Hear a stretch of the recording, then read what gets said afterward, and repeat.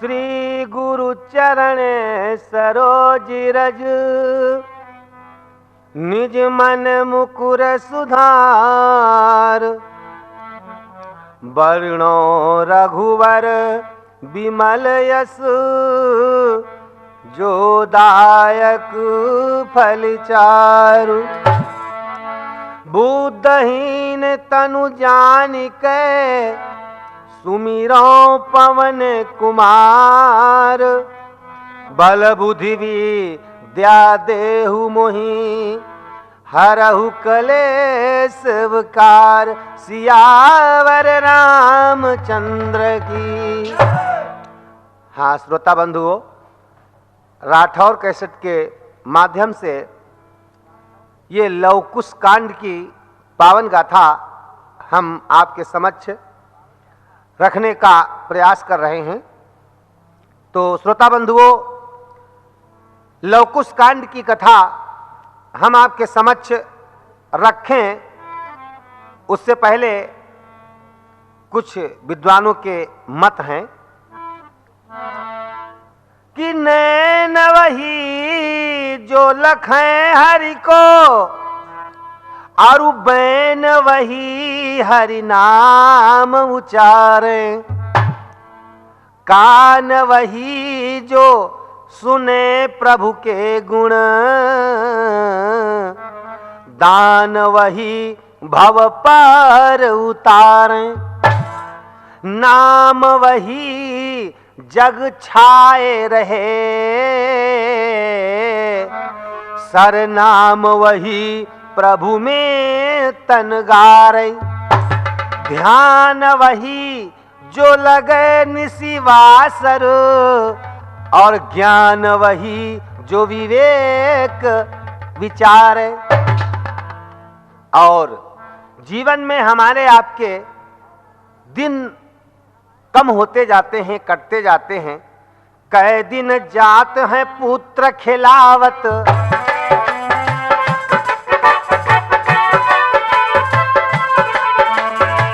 कै दिन जात हैं पुत्र खिलावत, कै दिन जात हैं बात बनाए।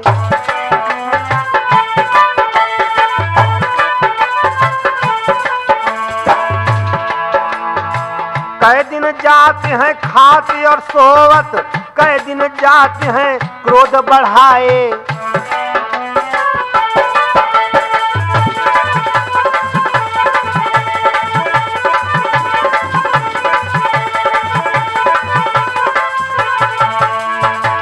कै दिन जाते हैं काम अनीति में, कै दिन जाते हैं द्रोह पराए। यो हरिदास कहे नर देहु सो, रतन मिले पर देत गवाए।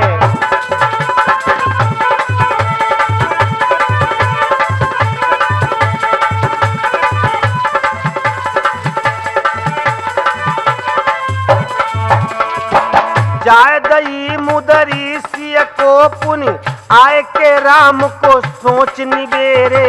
बाग उजारी के लंक जारी, हते भट रावण के बहुतेरे।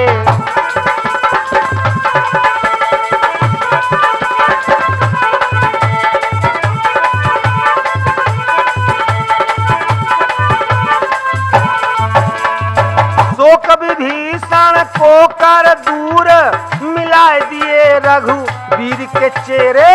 दीन दयाल बलि बजरंग, दीन दयाल बलि बजरंग, करो सब सिद्ध मनोरथ मेरे।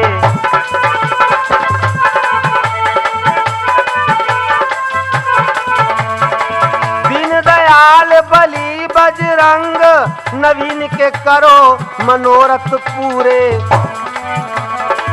दीन दयाल बलि बजरंग, नवीन के सिद्ध मनोरथ मेरे।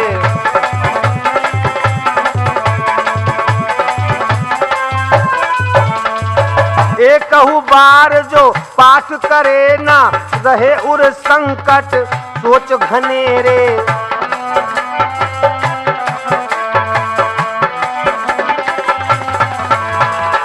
जंत्र हूँ मंत्र हूँ तंत्र सबे, अनयास ही तासु के वश्य रहे रे।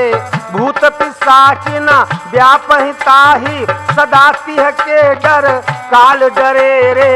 दीन दयाल बलि बजरंग, करो सब सिद्ध मनोरथ मेरे।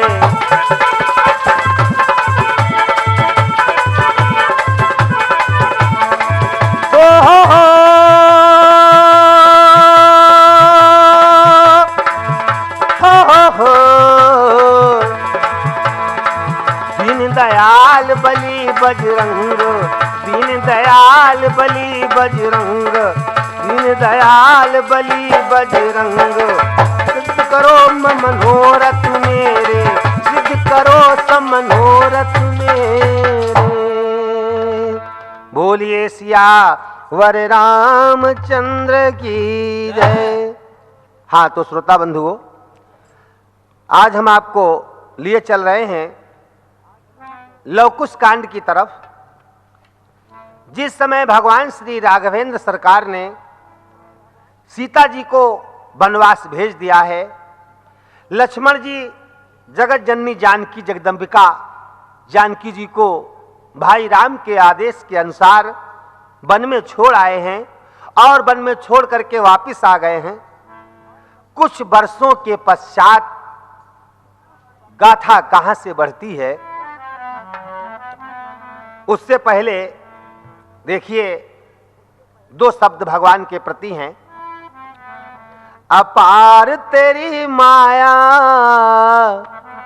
माया है तेरी अपार।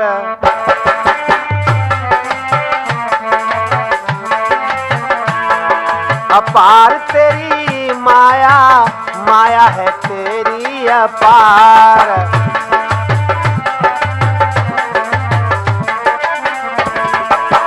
माया है तेरी अपार,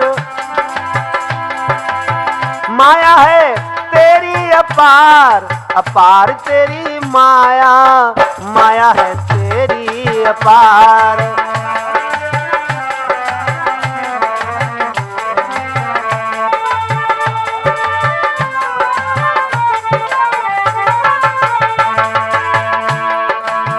तू ही सगुण है, तू ही है निर्गुण।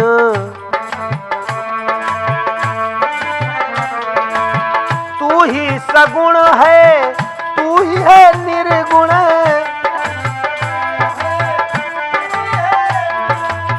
तू ही है लीलाधार, तू ही है लीलाधार। अपार तेरी माया, माया है तेरी अपार।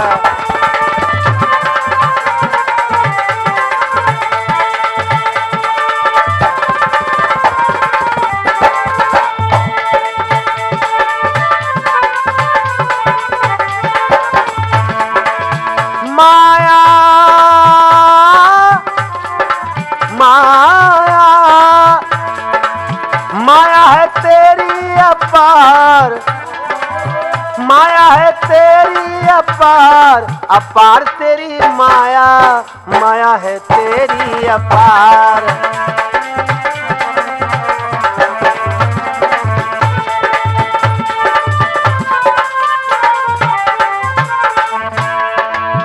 चरणों की रज से तो नारी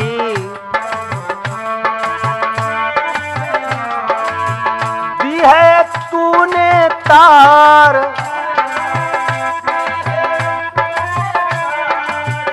दी है तूने तार हो। अपार तेरी माया, माया है तेरी अपार।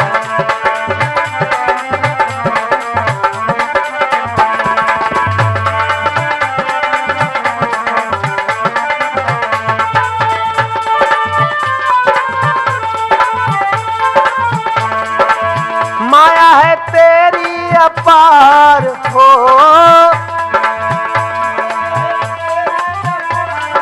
अपार तेरी माया, माया है तेरी अपार।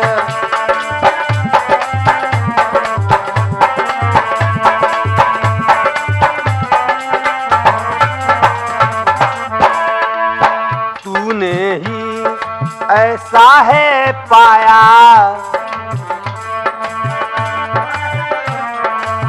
तूने सबरी के बेरों को खाया,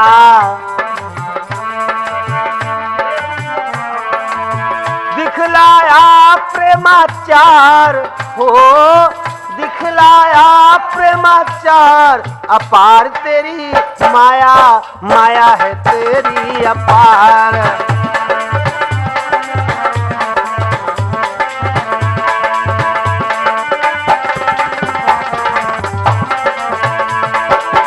माया है तेरी अपार हो,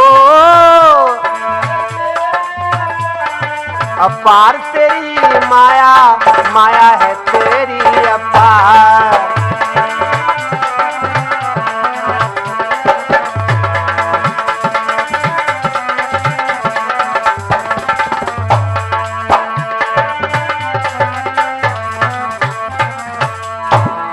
सीता के वनवास को बीत गए कुछ वर्ष, सीतापति के हृदय का गया नहीं संघर्ष।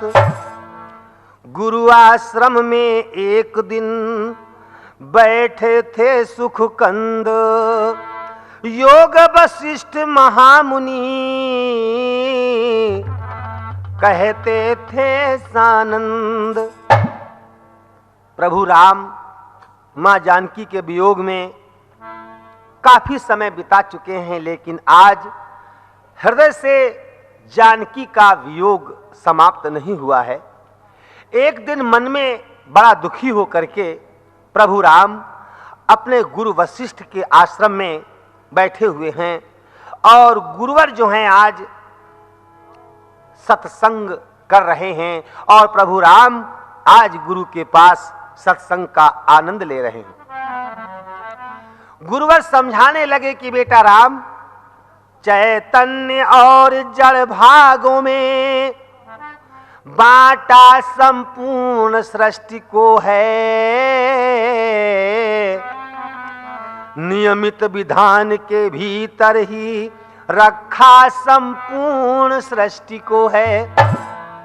कि ब्रह्मा ने जब इस सृष्टि का निर्माण किया तो सारे विधानों को अपने नियम के अनुकूल ही बनाया, नियम के अंतर्गत बनाया। देखो भैया, कोई भी कार्य नियम के विरुद्ध अच्छा नहीं लगता और कोई भी कार्य अगर नियम के अंतर्गत होता है तो उसकी शोभा अधिक बढ़ जाती है। जैसे आप लोगों ने कबड्डी का खेल बहुत बार देखा होगा।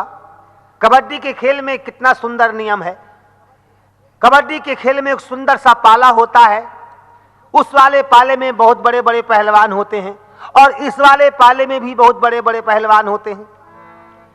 अगर कितना सुंदर नियम है कबड्डी का कि अगर इस पाले वाला पहलवान अगर उस पाले वाले पहलवान को या खिलाड़ी को स्पर्श कर लेता है या छू लेता है तो उधर पाले वाला मर जाता है। और बड़े ताज्जुब वाली बात है, जब उधर वाला मरता है तो इधर वाला अपने आप जिंदा हो जाता है। क्या आपने ऐसा नियम कभी देखा है कि हम आपको स्पर्श करने वाला मर जाएं? लेकिन कबड्डी के खेल के नियम के अंतर्गत अगर हम आपको स्पर्श करते हैं तो आप मर जाएंगे और हमारी पार्टी का आदमी जिंदा हो जाएगा, क्योंकि ऐसा नियम है। ताश के खेल का कितना सुंदर नियम। वैसे तो ताश के खेल में सबसे बड़ा पत्ता जो है इक्के का माना जाता है पुत्तूलाल जी, मगर अगर नियम बदल दिया जाए और तुरुप बड़ा बना लिया जाए तो इतने बड़े इक्के को एक छोटी सी तुरुप की दुक्की मारकर गिरा देती है। क्यों? क्योंकि ऐसा नियम है। तो विधि ने भी अपने बड़े सुंदर नियम बनाए हैं और उन नियमों के अंतर्गत यदि हम चलते हैं या विधान चलता है तो सृष्टि आनंदमयी कहलाती है। और यदि विधान से अलग या नियम से अलग सृष्टि का विधान होने लगता है वही गलत होता है।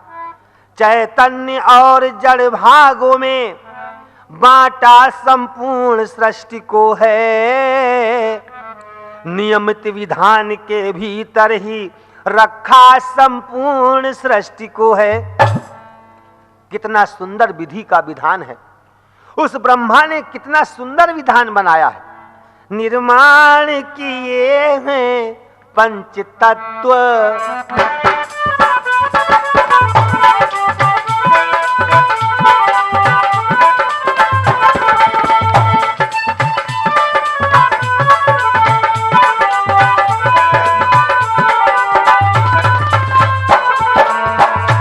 निर्माण किए हैं पंच तत्व, तो 10 इंद्रियां बनाई हैं।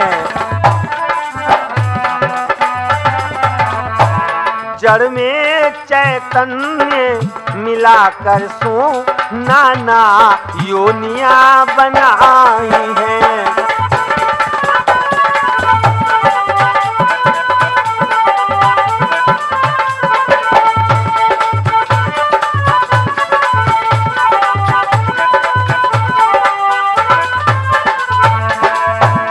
अपने ही अंशों को उनमें ले आता है, ले जाता है। लीला में अपनी इच्छा से लीला इस भांति दिखाता है।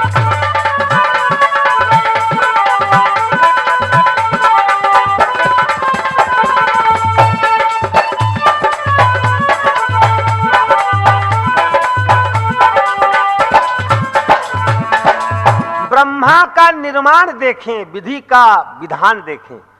आज कोई भी कितना भी बड़ा कलाकार ले आओ और उससे आप ये कहो कि 10,000 मूर्तियां ऐसी बनाओ कि जो आपस में मिलती ना हो। कितना बड़ा भी कलाकार हो, लेकिन जब वो 10,000 मूर्तियां एक जैसी या अलग अलग बनाएगा तो जरूर उनमें कुछ मूर्तियां ऐसी हो जाएंगी जो एक जैसी होंगी। लेकिन उस परमात्मा की कारीगरी को देखिए, उस ब्रह्मा का विधान देखिए। अरबों खरबों कितना मनुष्य बनाता है, मगर सबकी शक्लों में भिन्नता है। उसी प्रकार से विधान को देखिए। ईश्वर ने पंच तत्व से ये शरीर बनाया और इस शरीर में 10 इंद्रियां बनाई, जड़ और चैतन्य मिलाकर के नाना प्रकार की योनियां बनाई और अपने अपने अंशों में योनियों को, नाना प्रकार की योनियों को धारण करने के बाद मनुष्य जो है वो अपनी अपनी गतियों को प्राप्त होता है। अंश मिला जब प्रकृति से तब कहलाया जीव। अंश जब प्रकृति से मिल जाता है तो उसका नाम जीव पड़ जाता है, और ज्ञान हुआ तो हो गया वाही करुणा शिव। प्रकृति से जब अंश मिला तो जीव की रचना हुई, और उस जीव में जब ईश्वर कृपा से ज्ञान की प्राप्ति हो गई तो वो करुणा शिव कहलाने लगा। वास्तव में जीव ब्रह्म ही बेपटका पड़ा हुआ ज्ञान है। आज वास्तव में जीव ब्रह्म ही है, हर एक जीव के साथ में ब्रह्म समाया हुआ है। वास्तव में जीव ब्रह्म ही है, बेपटका है ये पड़ा हुआ।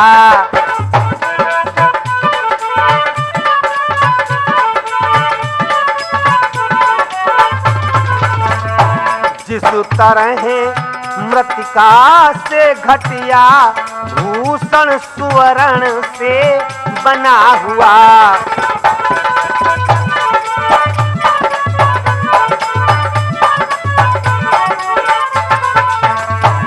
जब तलक बिंदु को ज्ञान न हो तब तलक बिंदु कहलाता है। हो गया ज्ञान तो क्षण भर में बिंदु सिंधु हो जाता है।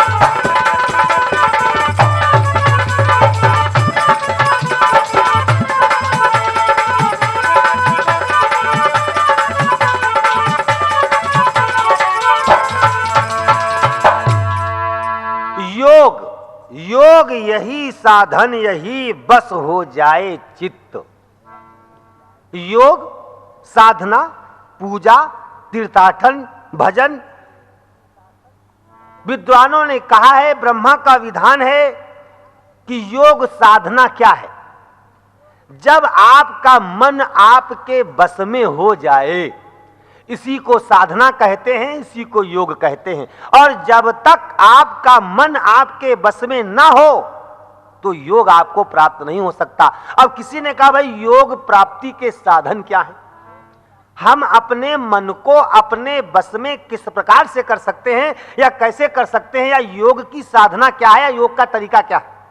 तो आज के युग में योग की साधना, योग का तरीका क्या बताया गया? तीर्थाटन, आप तीर्थों पर जाएं, यह भी एक योग का मार्ग है। जब आप तीर्थों पर जाएंगे मन आपका एकाग्रचित्त होगा, मन में शांति आएगी, साधना की तरफ बढ़ेंगे आप। पूजन, नित्य प्रति का जो पूजन है, यह भी योग के मार्ग की तरफ ही आपको ले जाता है। या आप भजन करते हैं ईश्वर का 2 मिनट 4 मिनट ढोंग से, अच्छे से, भले से, बुरे से, जिस प्रकार से भी आप भजन करते हैं, तो यह भी एक योग तक पहुंचने का साधन है, तरीका है। और कबीर दास ने भी तो स्पष्ट शब्दों में ये कहा है, मन की तरंग मार ले बस हो गया भजन।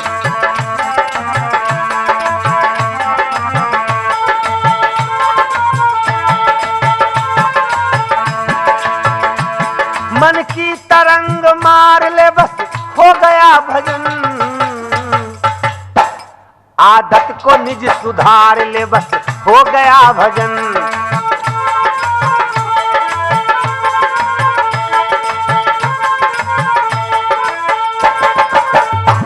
आदत को निज सुधार ले बस हो गया भजन, मन की तरंग मार ले बस हो गया भजन।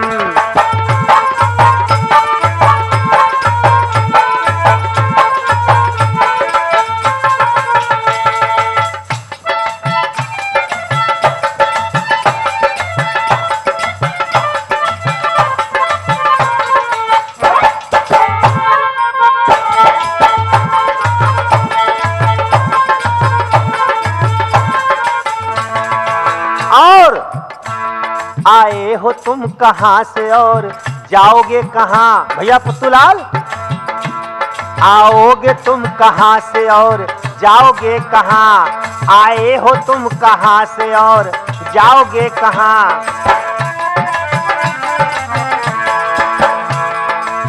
और हमारे भैया राम शरण जी और अभिलाष सिंह जी भी जरा इस बात पर विशेष ध्यान दें।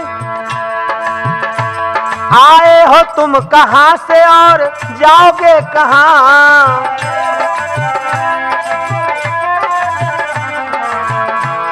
अपने को तू पहचान ले बस हो गया भजन।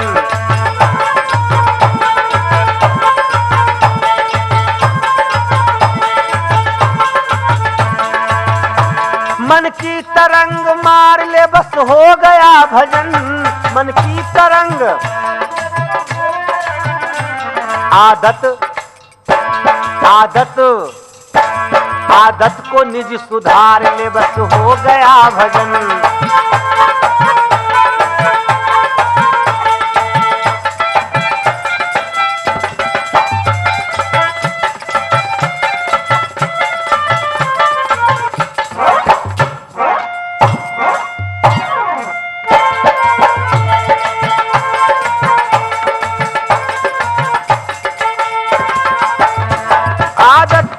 सुधार ले बस हो गया भजन।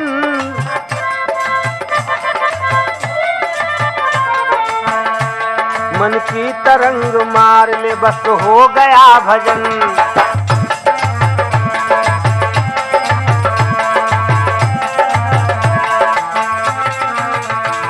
कहना ये साफ साफ है बस गुरु कबीर का। कहना ये साफ साफ है बस गुरु कबीर का।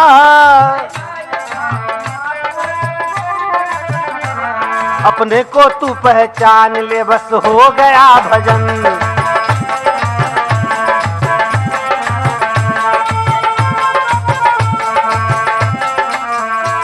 अपने को तू पहचान ले बस हो गया भजन। आदत को निज सुधार ले बस हो गया भजन। आदत सत को निज सुधार ले, बस हो गया भजन।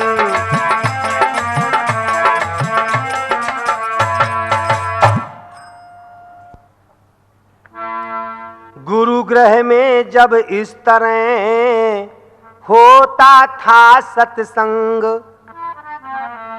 किया प्रकृति ने उस समय थोड़ा सा रस रंग। भगवान राम गुरु वशिष्ठ के आश्रम में इस प्रकार से सत्संग कर रहे हैं और उधर देखिए प्रकृति ने अपना थोड़ा सा रंग अयोध्या के अंदर फैलाया। घबरा कर आए लखन, बोले हे अवधेश, पाप पंक में धंस गया सारा अवध प्रदेश। राम का दरबार लगा हुआ है, भागते भागते लक्ष्मण भैया आ रहे हैं प्रभु राम के पास और कहने लगे, प्रभु त्राहिमाम त्राहिमाम, सारी अयोध्या में पाप की दहशत फैल चुकी है।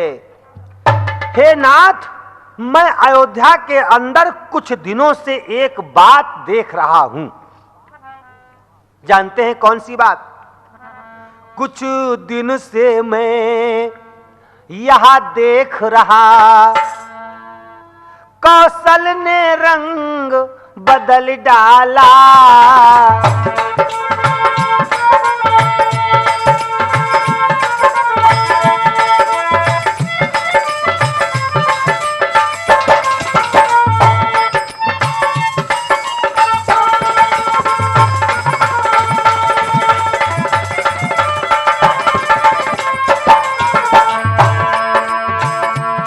जिस गति से अब तक चलता था, वह सारा रंग बदल डाला।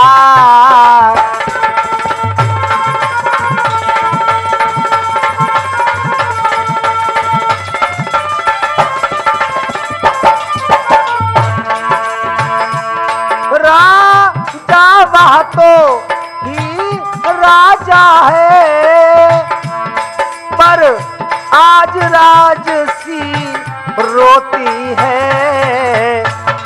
सावन में लूएं चलती हैं,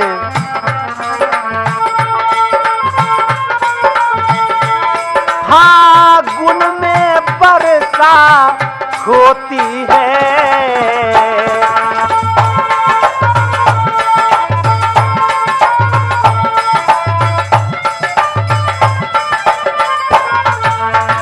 हे नाथ, हम कुछ दिनों से अयोध्या में देख रहे हैं कि अयोध्या में सारी प्रकृति ने अपने रास्ते बदल दिए हैं। सावन के महीने में वर्षा होनी चाहिए तो देख रहे हैं कि लूएं चल रही हैं, आंधियां चल रही हैं, और फागुन जब सुंदर होना चाहिए तो फागुन के महीने में वर्षा हो रही है। सारे कार्यक्रम प्रकृति के विरुद्ध हो गए हैं। ऐसा क्यों? और प्रभु और क्या हो रहा है अयोध्या के अंदर? विस्मय है कुछ काल में बदल गए सब धर्म, पेट पालना रह गया जीव मात्र का कर्म। केवल जीव मात्र का कर्म जो है वो पेट पालने का धंधा बन गया है पुत्तूलाल जी। हर एक आदमी की केवल एक भावना रह गई है कि हम कैसे अपना पापी पेट चलावें। न कोई जीवन में परोपकार की भावना रह गई, न धर्म रह गया, न कर्म रह गया, न देश और राष्ट्र के प्रति कोई भावना रह गई। जो भी देखो वो पापी पेट के चक्कर में पड़ा है। हाय पेट कैसे पालें, हाय पेट कैसे पालें। और प्रकृति ने अपने सारे नियम बदल डाले हैं। कैसे नियम? जो अंग वेद पाठी थावा,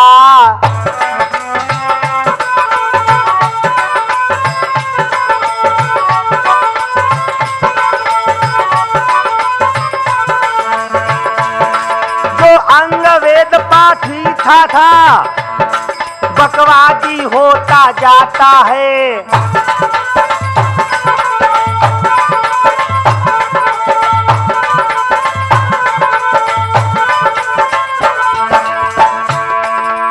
वर्ण देश का रक्षक था वह व्यसनी होता जाता है।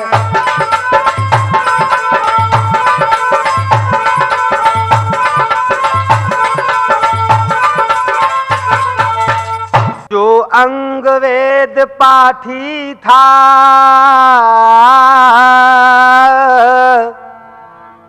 वह बकवादी होता जाता है। जो वर्ण देश का रक्षक था वह व्यसनी होता जाता है। जो दाती जाति दिव्य था व्यवसायी थी वह व्यभिचारों में धाई। जो जाति सबों की सेवक थी वह सबके ऊपर है आई। लक्ष्मण बता रहे हैं क्या? जो अंग वेद पाठी था वह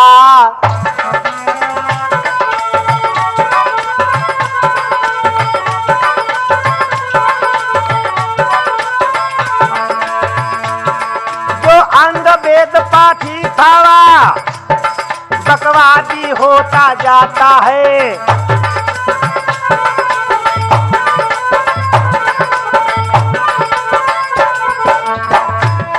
जो वर्ण देश का रक्षक था वह व्यसनी होता जाता है।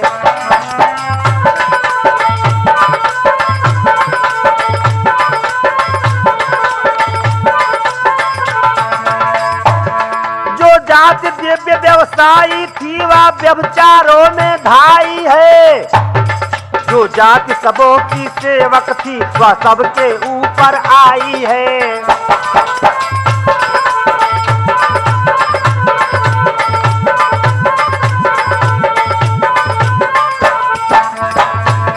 जो ब्रह्मचर्य व्रतधारी थे लौकिक सुख उनका कर्म हुआ। पत्नी व्रत रखने के बदले पत्नी त्यागन ही धर्म हुआ।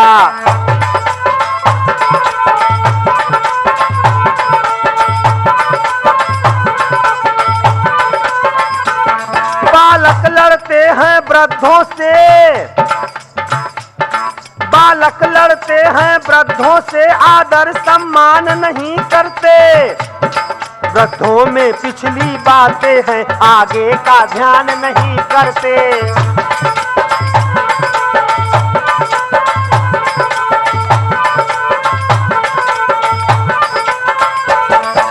मूर्खों का आदर होता पंडित धिक्कारे जाते हैं। मूर्खों का आदर होता पंडित धिक्कारे जाते हैं।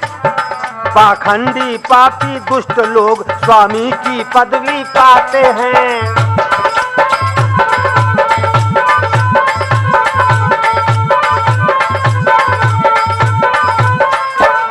जो हाथ स्वयं थे कलाकार वो आश्रित हैं औरों के पर। अपने तो उद्यम खो बैठे लोभी हैं झूठे कौरों पर।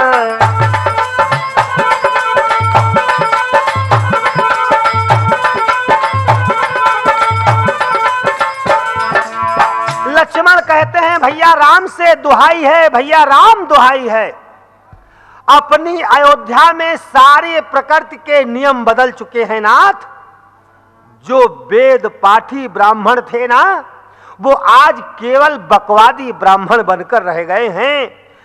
जो वर्ण जो जात देश की रक्षा में अपने प्राणों को गंवाने के लिए तत्पर रहती थी ठाकुर साहब, वो जाति जो है आजकल व्यभिचारी और व्यवसनी बन चुकी है। और जो जाति देश के लिए व्यापार में सबसे आगे समझे जाती थी वो जाति केवल आज व्यभिचार में ही फंसकर रह गई है। और जो जाति सभी की सेवा करने वाली थी वो आज सबसे उठ करके ऊपर आ गई है।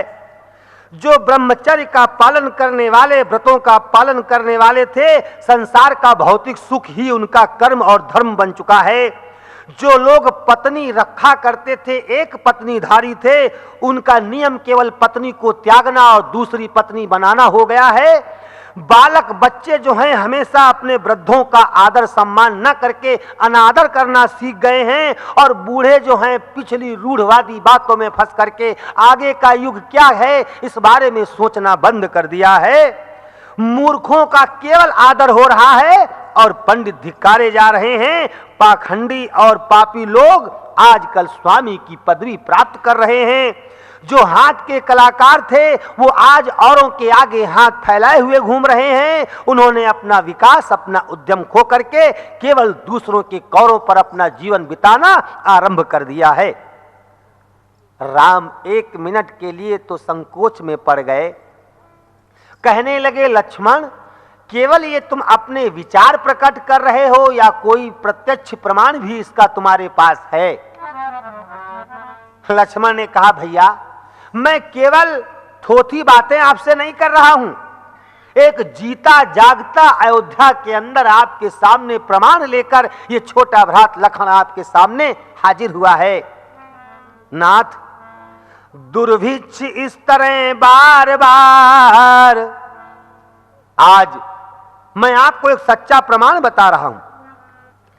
एक व्यक्ति, एक बूढ़ा ब्राह्मण अपनी अयोध्या में बार बार अपने अयोध्या के मेन गेट पर चिल्ला रहा है, शोर कर रहा है, आपसे अपना फैसला करवाने आया है, आपसे पूछ रहा है क्या? दुर्भिक्ष इस तरह बार बार पढ़ते थे नहीं अयोध्या में।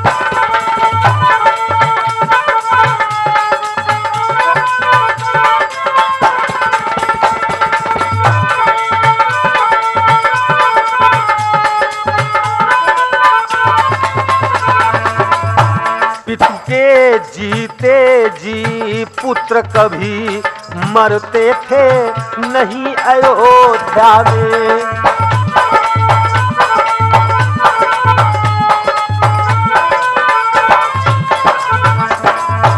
पर आज राज द्वारे पर ही दुख बैठा धरना दिए हुए, रोता है एक वृद्ध ब्राह्मण मृतदेह पुत्र की लिए हुए।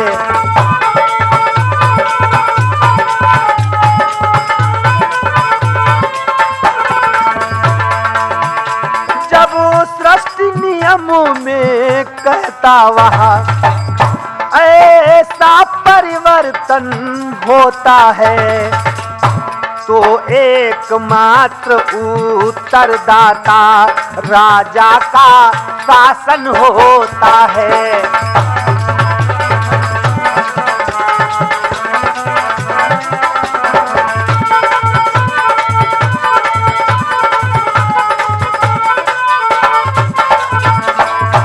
हठ पूर्वक यह भी कहता है, मैं अपना न्याय चुकाऊंगा, जीवित बेटा ले जाऊंगा या प्राण गंवा कर जाऊंगा।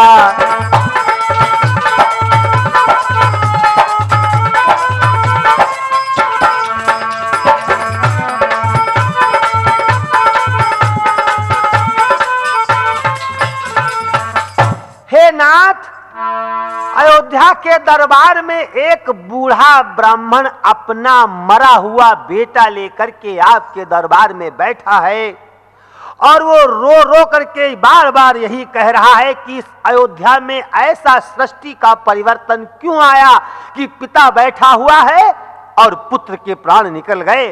और नाथ वो साथ साथ में ये भी कहता है कि अगर राज्य में सृष्टि का नियम बदलता है तो इसका उत्तरदायित्व राज्य के राजा पर आता है। जब राज्य का राजा अपने अंदर कहीं ना कहीं परिवर्तन लाता है, तभी राज्य के अंदर प्रकृति भी अपने नियमों में परिवर्तन ले आती है।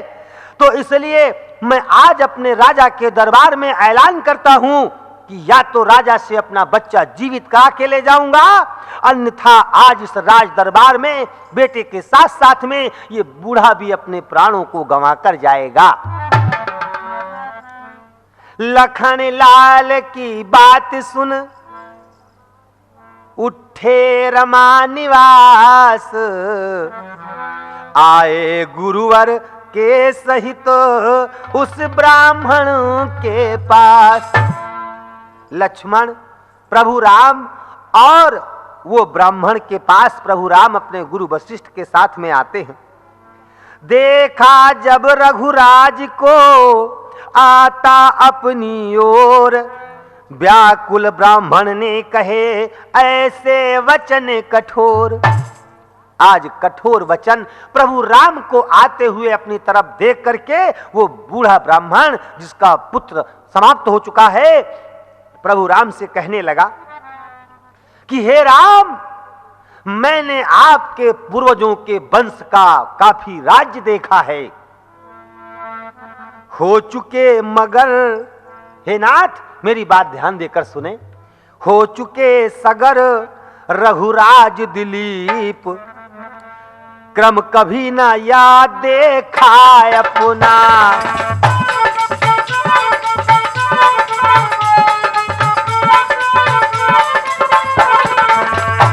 जीता रह जाए बाप और मरता दे हे बेटा अपना।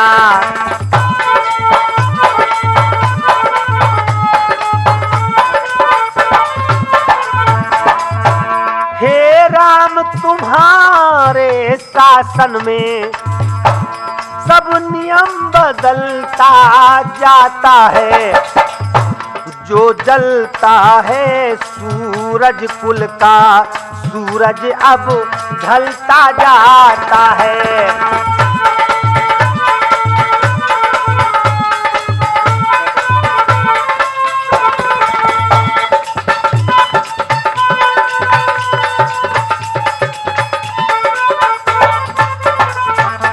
हे राम, आपके पूर्वज सगर रघुराज दिलीप, उनके राज्य में भी कभी ऐसा नहीं हुआ कि जैसा आपके राज्य में हो रहा है कि बाप जीवित रहे और उसका बेटा उसकी आंखों के आगे मर जाए, समाप्त हो जाए।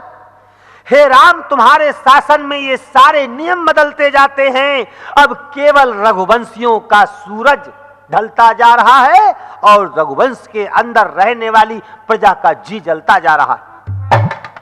चुभे राम के हृदय में ब्रह्म वाक्य हो सूल, गुरु से पूछा किस लिए हुआ नियम प्रतिकूल। उस ब्राह्मण के वाक्य प्रभु राम को ऐसे लग रहे हैं जैसे कोई हृदय में त्रिशूल भोंक रहा है। आज गुरुदेव वशिष्ठ से कहने लगे प्रभु राम, हे नाथ, ये हमारी अयोध्या में सारे कार्य नियम के विपरीत क्यों होने लगे हैं, क्यों हो रहे हैं, इसका कारण क्या है। श्री वशिष्ठ जी हो गए ध्यान मग्न कुछ काल, तदुपरांत कहने लगे इस प्रकार सब हाल। कुछ काल के लिए शांत हो गए वशिष्ठ, ध्यान लगाया और कहने लगे राम, जानते हो ऐसा क्यों हुआ है, किस कारणवश हुआ है, पिता जिंदा है और बेटा क्यों मर गया। वास्तव में एक शूद्र बैठा अत्यंत अधर्म कर रहा है।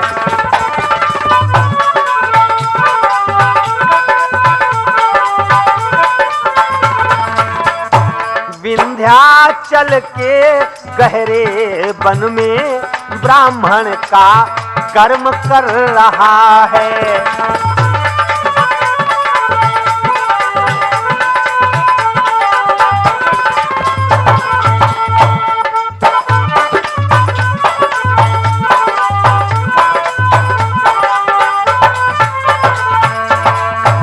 इस अनाधिकार ही के कारण सब नियमित क्रम संवरण हुआ।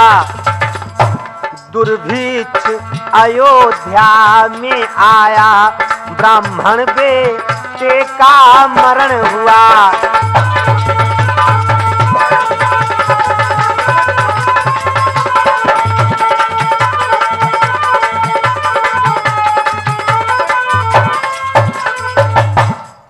राम, विंध्याचल के गहरे वन में एक शूद्र अधर्म कर रहा है, वो तपस्या कर रहा है, ब्राह्मण का कर्म कर रहा है जो उसका अधिकार नहीं है, जो उसका धर्म नहीं है।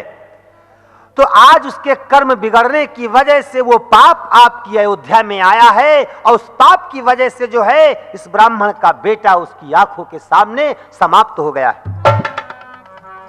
गुरुवर के ये वाक्य सुन प्रभु हो गए अधीर, तुरंत चढ़ाया क्रुद्ध हो निज धनुआ पर तीर।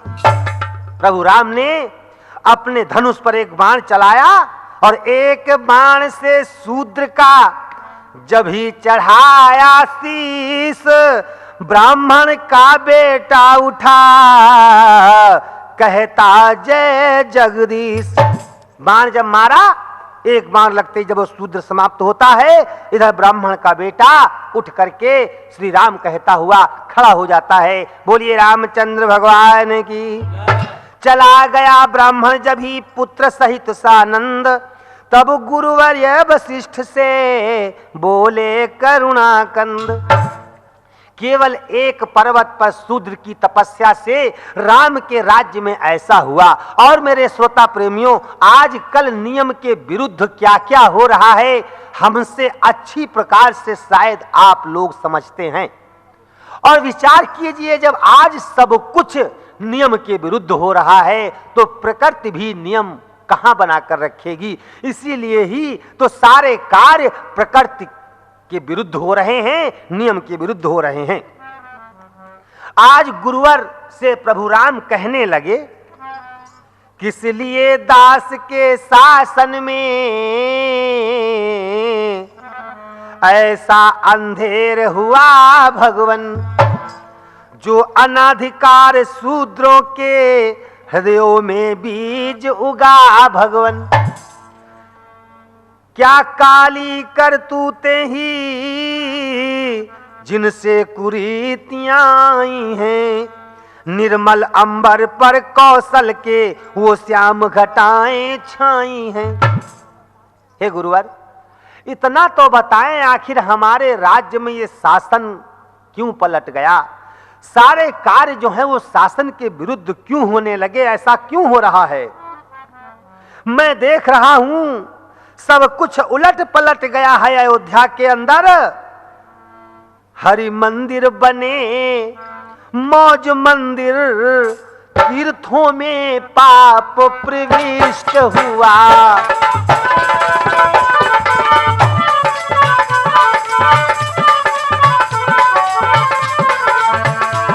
परहित करना भूला समाज, पर धन हरना ही इष्ट हुआ।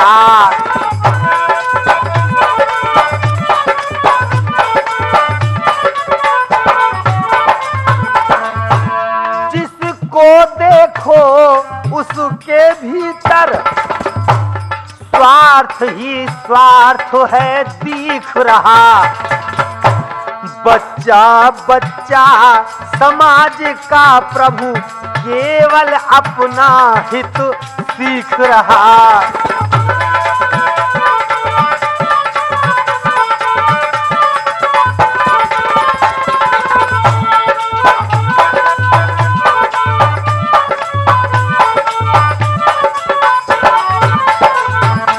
और देश के नेताओं की क्या हालत हो गई है भैया? अभिलाष सिंह जी जरा सुनिए।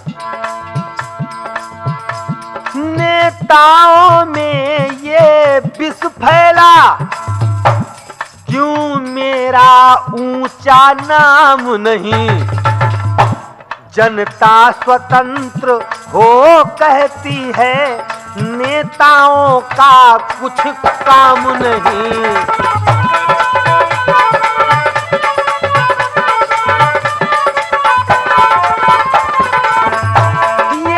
सब चक्कर कुछ ऐसा है जिसमें अनीति भर डाली है।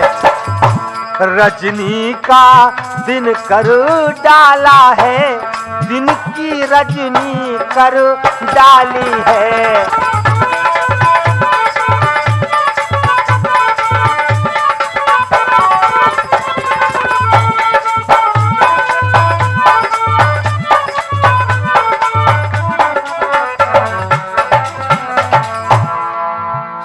प्रेमियों, आज प्रभु कहते हैं, नाथ हे गुरुवर, ऐसा क्यों हो रहा है हमारी अयोध्या में? जो हरि के मंदिर थे वो आज मौज के मंदिर बन चुके हैं, तीर्थों में पाप समा चुका है। मनुष्य जो है पराये हित को करना भूलकर पराये धन को हरना ही अपना धर्म मान बैठा है। जिसके भीतर देखो स्वार्थ ही स्वार्थ भर चुका है। देश का बच्चा बच्चा समाज में केवल अपना हित ही सीख रहा है और नाथ नेताओं में केवल देश हित की भावना तो समाप्त होकर के केवल एक भावना रह गई है कि हमारा नाम सबसे ऊंचा क्यों नहीं है। देश की प्रजा भी बार बार चिल्लाकर कहती है कि हमारे बीच इन नेताओं का कार्य क्या है। ये सब ऐसा चक्कर क्यों है? अनित से भरा हुआ राज्य राम का राज्य क्यों बन चुका है? वशिष्ठ कहने लगे, हे राम, जानते हो क्या है? ऐसा क्यों है? तुम्हारे राज्य में ऐसा क्यों हो रहा है?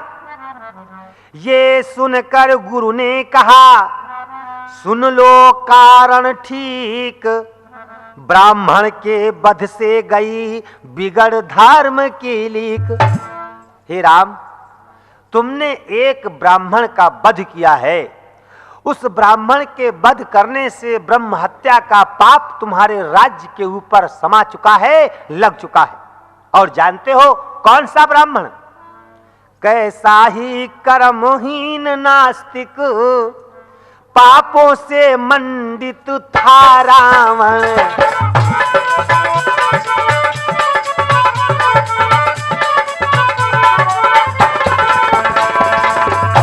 फिर भी पुलस्त्य के कुल में था, ब्राह्मण था पंडित था रावण।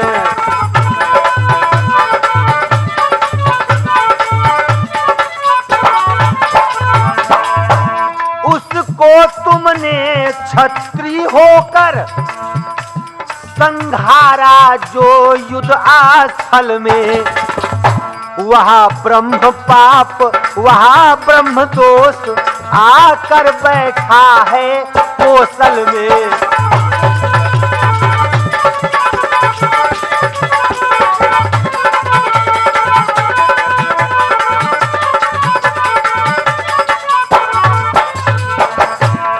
अरे रावण कैसा भी था, पापी था, कर्महीन था, नास्तिक था, लेकिन रावण ब्राह्मण था और पुलस्त मुनि के वंश में उत्पन्न हुआ ब्राह्मण वंश था। तुमने क्षत्रिय होकर के एक ब्राह्मण को युद्ध के मैदान में समाप्त किया है। उसका ब्रह्म पाप, उसका ब्रह्म दोष का फल आकर तुम्हारे राज्य में राम बैठ गया है और उसी की वजह से तुम्हारे राज्य में सारे कार्य अनित पूर्ण होने लगे हैं।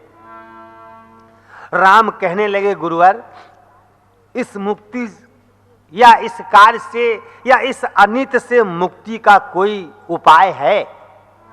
गुरुवर कहने लगे, है राम, रच जाए यज्ञ यदि अश्वमेघ, तो सारी बाधाएं जाएं,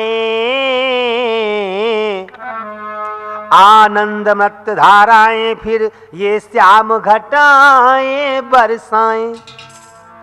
अगर तुम अपने राज्य में अश्वमेघ यज्ञ करवा डालो राम, तो फिर जो कार्य हैं, फिर जो प्रकृति है वो तुम्हारे अनुकूल होगी और सारे कार्य जो है वो प्रकृति के अनुकूल होना आरंभ हो जाएंगे। पृथ्वी पर अपना आर्य देश धार्मिक तत्वों का नेता है।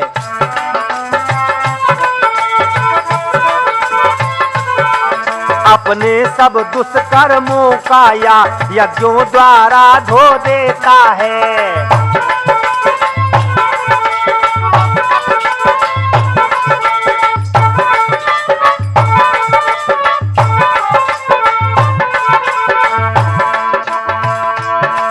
पृथ्वी पर अपना जब जब आपत्ति देश पर हो तो यज्ञ रचा देते हैं हम।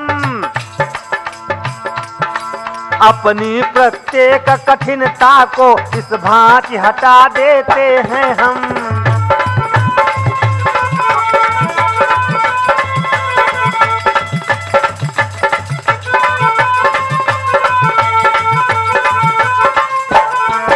वर्षा हिति वर्षा यज्ञ यहाँ, पुत्रेष्टि पुत्र के हेतु यहाँ। नाना यज्ञों का है विधान, बतलाओ जग में और कहाँ।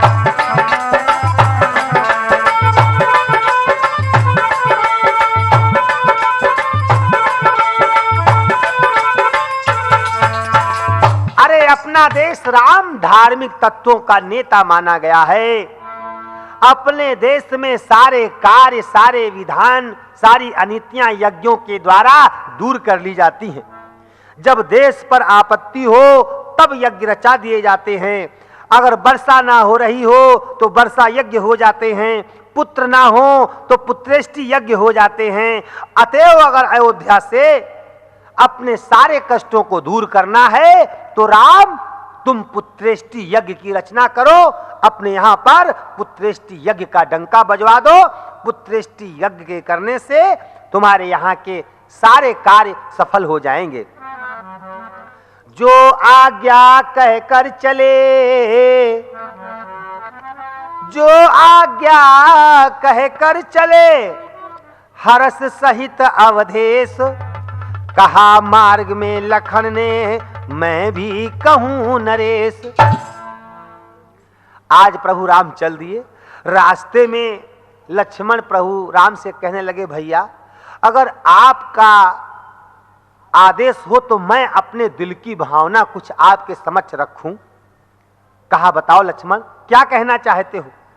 कहा भैया गुरु वशिष्ठ ने तो बताया वो तो ठीक है, लेकिन मेरे दिमाग में जो बात आ रही है कि अपनी अयोध्या में सारे काम उल्टे सीधे क्यों हो रहे हैं मालूम। कहा बताओ लक्ष्मण कि निर्दोषिन सीता, हे भैया निर्दोषिन सीता त्यागी है, ये बात आप भी जान रहे।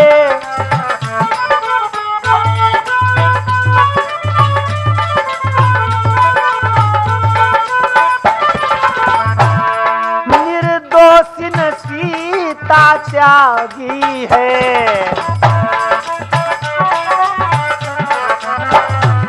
ये बात आप भी जान रहे।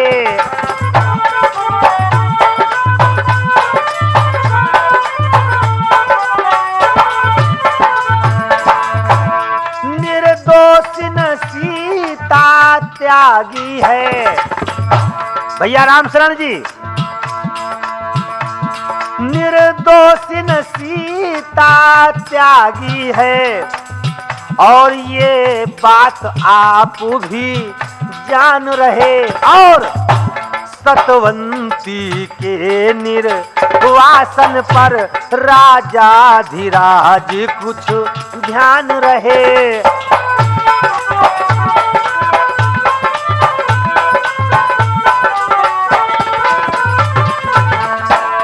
उन गीली दुखती आँखों से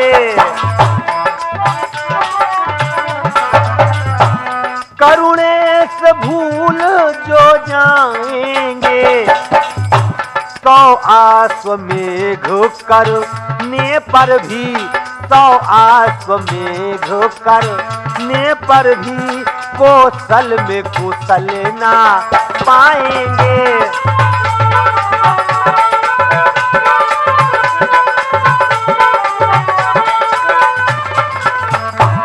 अरे भैया आपने जो निर्दोषी सीता का त्याग किया है ये बात आप भी जानते हैं और उसके पाप की वजह से अयोध्या में सारे कार्य अनित वाले हो रहे हैं। भैया उन माता की गीली दुखी आंखें जो है ना नाथ, उनको आप भुला नहीं सकते। और मेरा ये परम विश्वास है आप एक नहीं 100 अश्वमेघ यज्ञ कर डालें अयोध्या के अंदर, लेकिन जब तक माता सुखी नहीं होंगी, माता अयोध्या वापस नहीं आएंगी, तब तक कौशल के अंदर कुशलता नहीं आएगी। अयोध्या के अंदर कभी भी अनित कार्य समाप्त नहीं होगा। आज प्रभु कहने लगे, अरे लक्ष्मण क्या तुम समझते हो कि मैं सीता को भुला पाया हूं? लेकिन राजा बनना आसान नहीं है लक्ष्मण।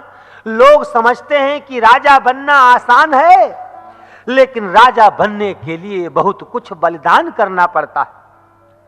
सोया है कौन सुख से दीनों का दिल दुखा कर, दीनों का दिल दुखा कर।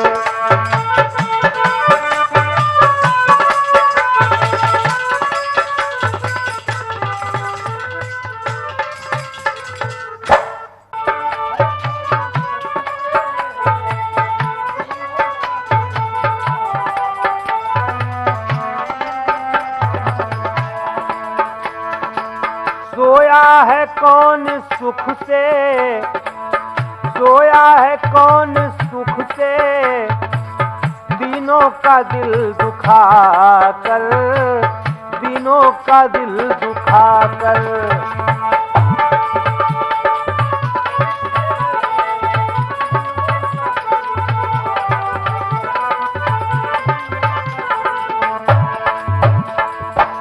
किसने बढ़ाया बल है, किसने बढ़ाया बल है अबलाओं को सता कर, अबलाओं को सता कर।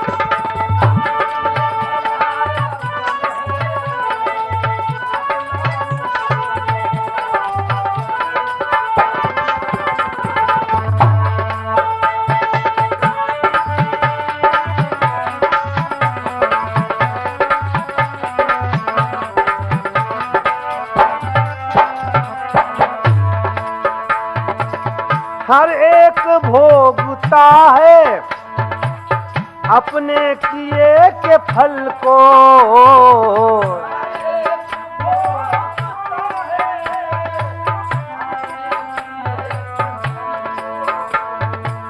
हर एक भोगता है अपने किए के फल को।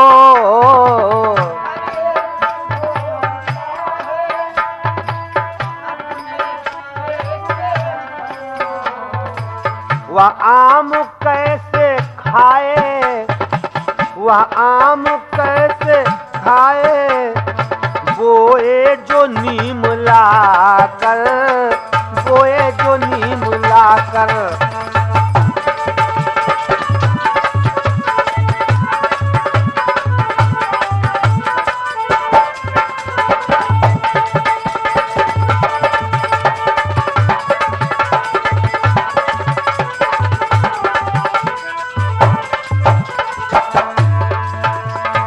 सोया है कौन सुख से, सोया है कौन सुख से दीनों का दिल दुखा कर, दीनों का दिल दुखा कर।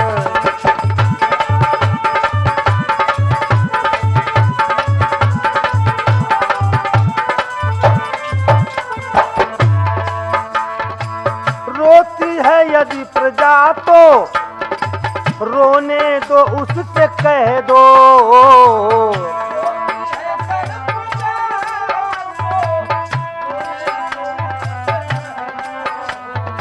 सीता का श्राप लेगा, सीता का श्राप लेगा बदले रुला रुला कर, बदले रुला रुला कर।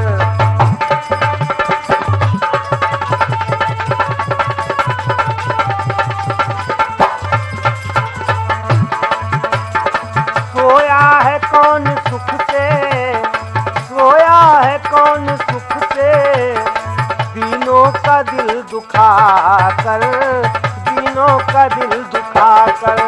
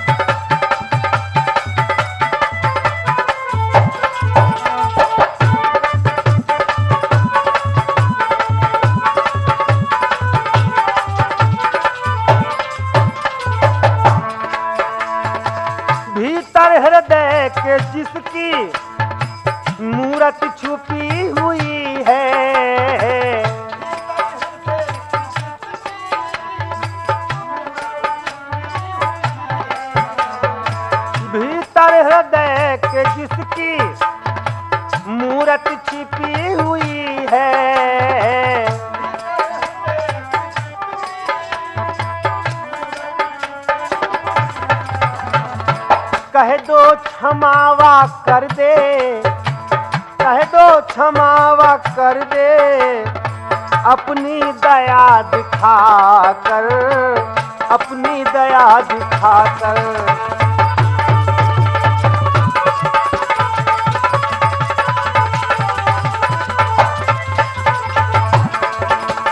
सोया है कौन सुख से, सोया है कौन सुख से, दीनों का दिल दुखा कर, दीनों का दिल दुखा कर।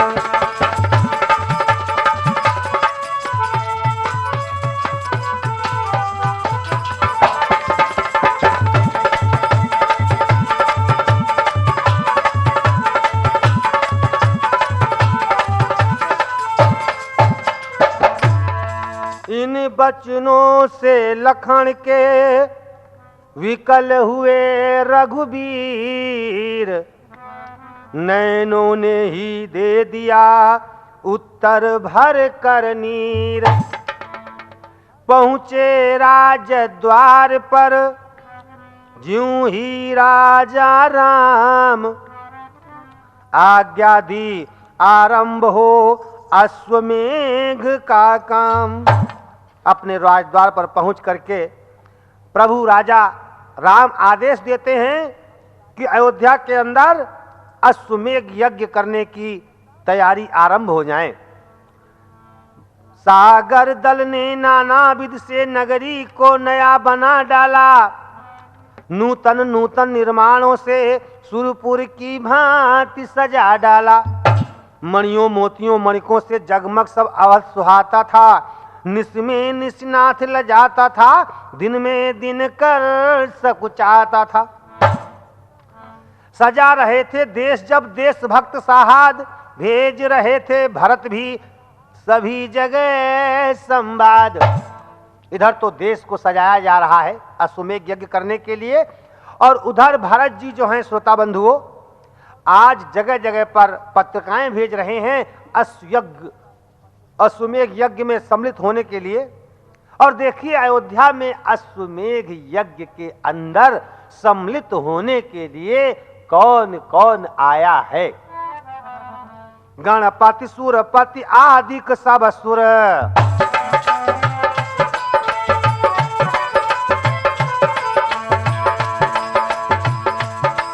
गणपति सुरपति आदिक सब सुर आए उस समय अयोध्या में।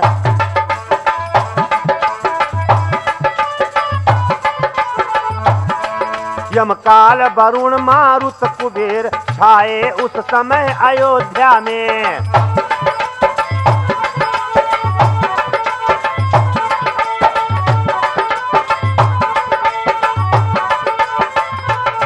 वाणी रुद्राणी इंद्राणी संपूर्ण शक्तियां भी आई, महिलाओं जैसा भेष बना रिद्धियां सिद्धियां भी आई।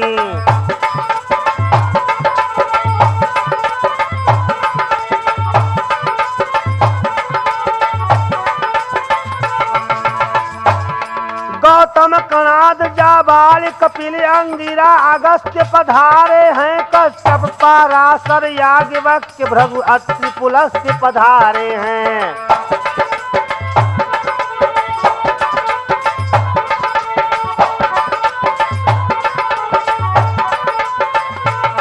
नल नील द्विविधि अंगद समेत किष्किंधापति सम्मिलित हुए, जटासुर सा के साथ साथ श्रीलंका पति सम्मिलित हुए।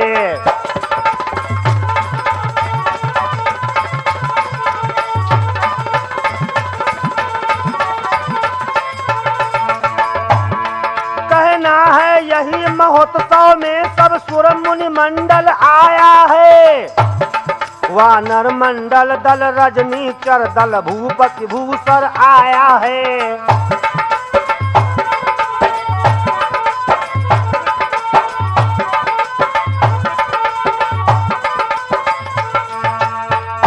देखिए अयोध्या के अंदर कौन कौन आया है। पत्रिका पाकर गणपति सुरपति आदिक इत्यादि सब देवता अयोध्या में आए हैं। यम काल वरुण मारुत कुबेर इत्यादि सभी अयोध्या में पधारे हुए हैं। वाणी, रुद्राणी, इंद्राणी संपूर्ण शक्तियां भी पधारी हुई हैं। महिलाओं जैसा भेष बना करके रिद्धियां और सिद्धियां भी राम के अश्वमेध यज्ञ में सम्मिलित हो रही हैं। गौतम, कणाद, जावाल, कपिल, अंगिरा, अगस्त मुनि भी आए हुए हैं और साथ साथ में कश्यप, पराशर, याज्ञवल्क्य, भृगु और पुलस्त मुनि भी पधारे हुए हैं। नल, नील, द्विविध, अंगद, किष्किंधापति, सुग्रीव, त्रिजटा, सुरसा के साथ साथ लंकापति महाराज विभीषण भी आज अयोध्या के अंदर पधारे हैं। श्रोताओं, केवल इतना कहना है कि आज समस्त रिद्धियों और सिद्धियों का भंडार भगवान श्री राम की अश्वमेध यज्ञ में सम्मिलित होने आया है। जब ऐसी ऐसी महान हस्तियां आ गई हैं तो विचार करें, उस अश्वमेध यज्ञ में किसी प्रकार की भी कोई त्रुटि या कोई कमी आ ही नहीं सकती।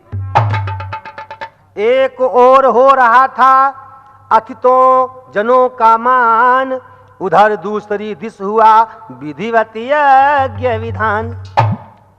सरयू नदी के किनारे सुंदर यज्ञ वेदी रचाई गई और अंतरंग में कुछ ऋषि मुनि जो हैं वो रघुराई से एक प्रस्ताव रखते हैं कि हे राम, यज्ञ की समस्त तैयारियां हो गईं, वेदी बन गई, मगर एक बहुत बड़ी समस्या आ रही है जिसके बिना यज्ञ पूरा नहीं हो सकता।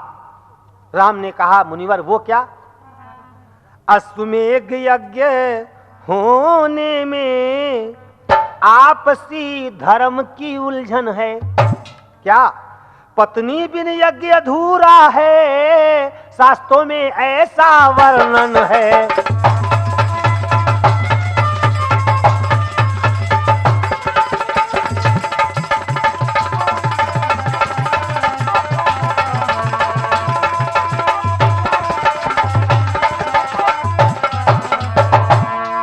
फलदायक यज्ञ तभी होगा जब अर्धांगिन भी साथ रहे।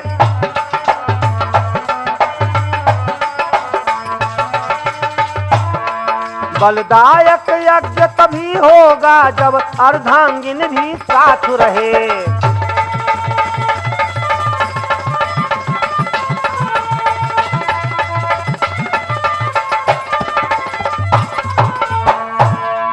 यदि जीवित हो जानकी कहीं,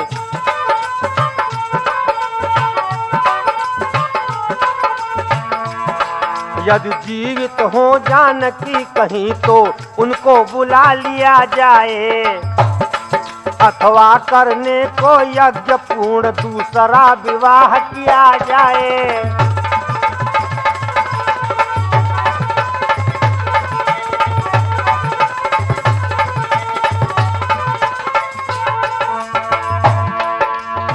देखो राम, शास्त्रों का ऐसा मत है कि बिना पत्नी के यज्ञ सफल नहीं हो सकता, इसलिए अर्धांगिनी का होना अति आवश्यक है।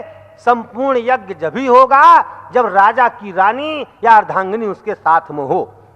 तो उसके दो ही उपाय हैं, या तो अगर सीता कहीं जीवित हैं तो उनको बुलवा लिया जाए, और अगर न बुलवाया जाए तो राम आप दूसरा विवाह संपन्न करें, दूसरी पत्नी बनाएं, तब यज्ञ जो है वो पूरा होगा।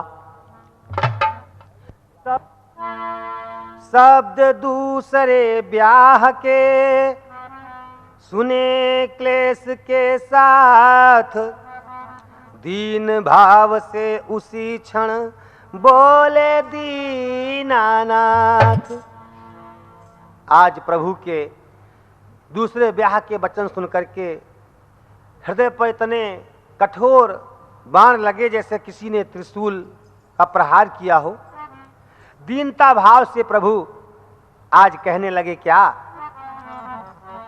राघव पर बड़ी कृपा होगी, ऐसा न आप आज्ञा करिए।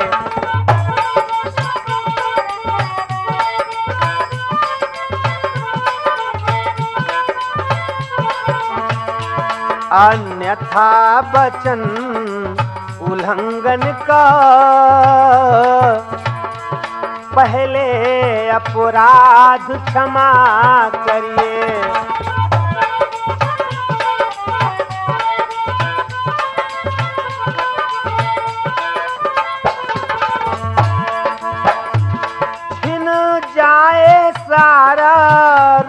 राजपाट हो जाऊं रंक न डरता हूँ।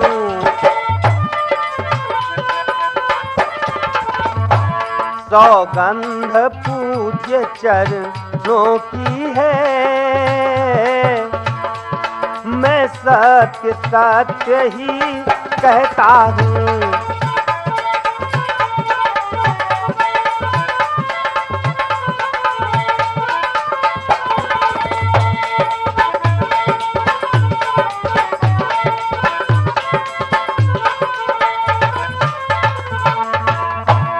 में गिर हो चाहे ज्वालमुख, विंध्या चाहे वो चल जाए, ज्वाला हो जाए सरयू जल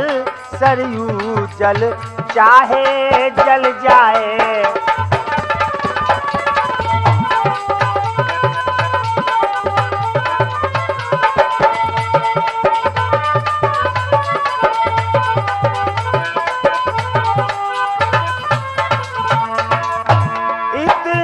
विफल होने पर ऐसा उत्साह नहीं होगा, कौशलपति का इस जीवन में दूसरा विवाह नहीं होगा।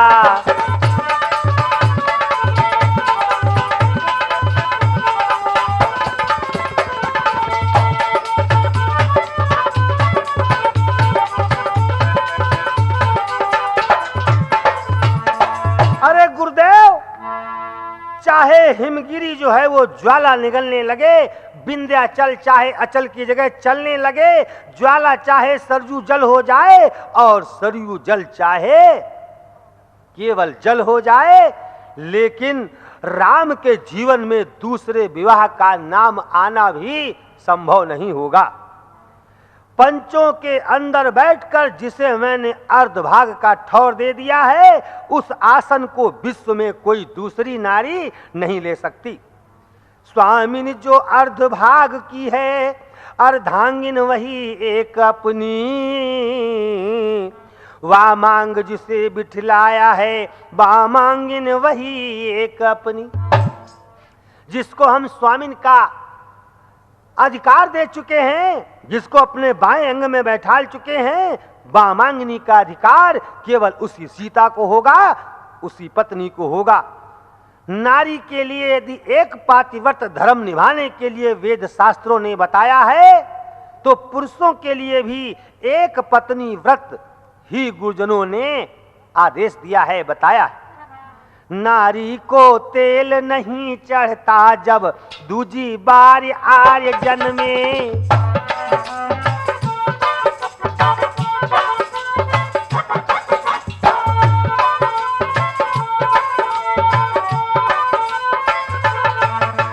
नारी को तेल नहीं चढ़ता जब दूजी बार आर्य जन्मे, तो नर को भी वर्जित है फिर कंगन का भार आर्य जन्मे।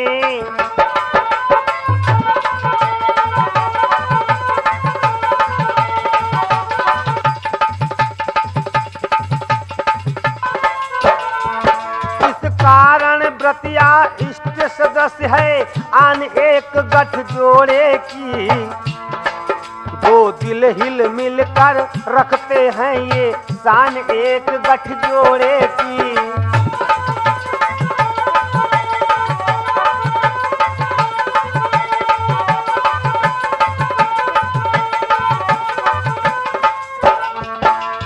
यदि अपने हिंदुत्व पद्धति के अंदर, आज धर्म के अंदर ऐसा नियम है कि नारी को दोबारा तेल नहीं चढ़ सकता, तो अपने पद्धति के अंदर ये भी नियम बनाया गया है कि नर जो है उसके लिए जीवन में दोबारा कंगन बांधना वर्जित है, निषेध है।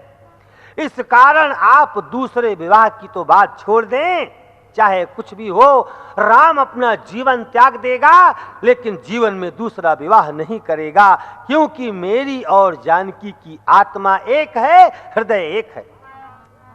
हृदय एक है और मन एक ही है।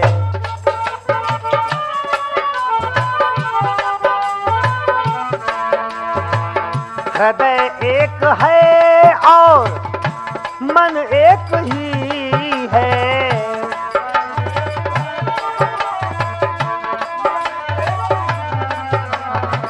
तो फिर फेर कैसा लगन एक ही है।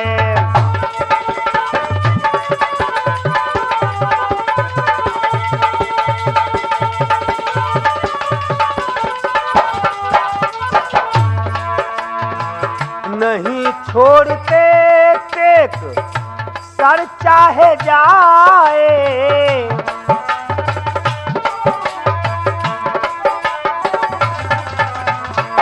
नहीं छोड़ते टेक सर चाहे जाए,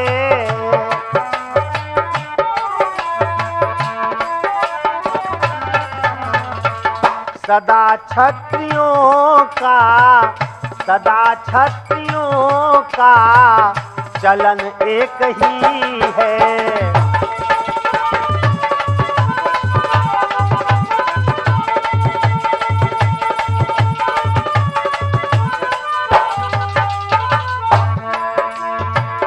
कहा हाथ पर हाथ रख कर जो हमने,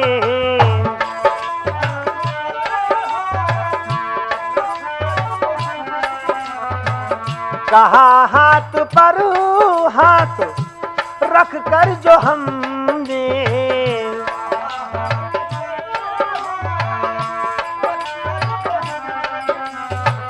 तो पंचों में माना, तो पंचों में माना वचन एक ही है।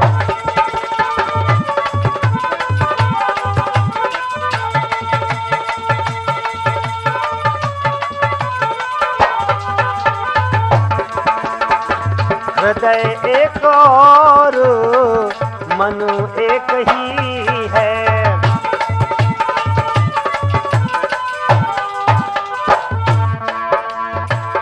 अगर जानकी, अगर एक ही जान की का है दूल्हा,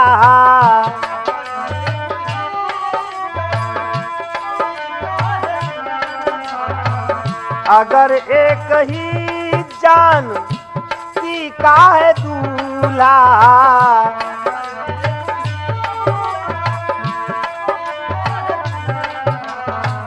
तो इस राम की भी, तो इस राम की भी दुल्हन एक ही है।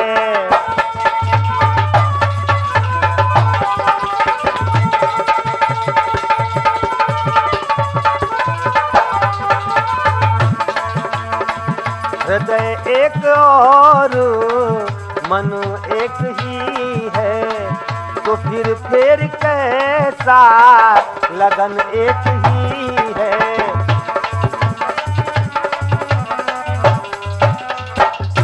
इस प्रकार जब राम का सुना हृदय उद्गार, मुनि मंडल में भी हुआ थोड़ी देर विचार।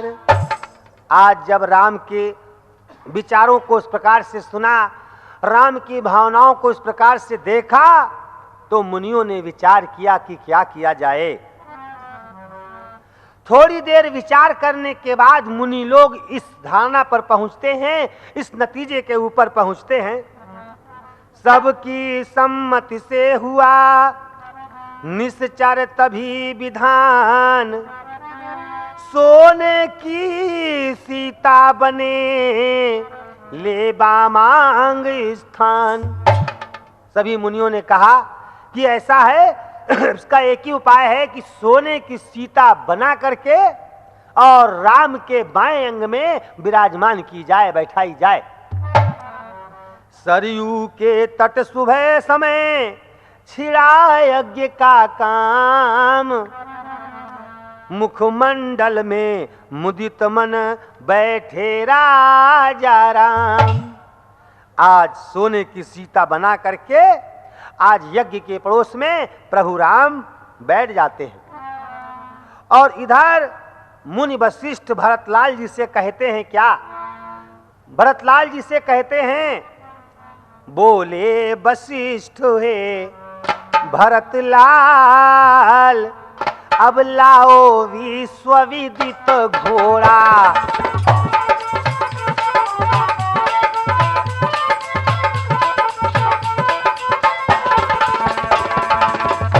श्वेतांग श्याम कर्णों वाला, श्रुति और शास्त्र वर्णित घोड़ा।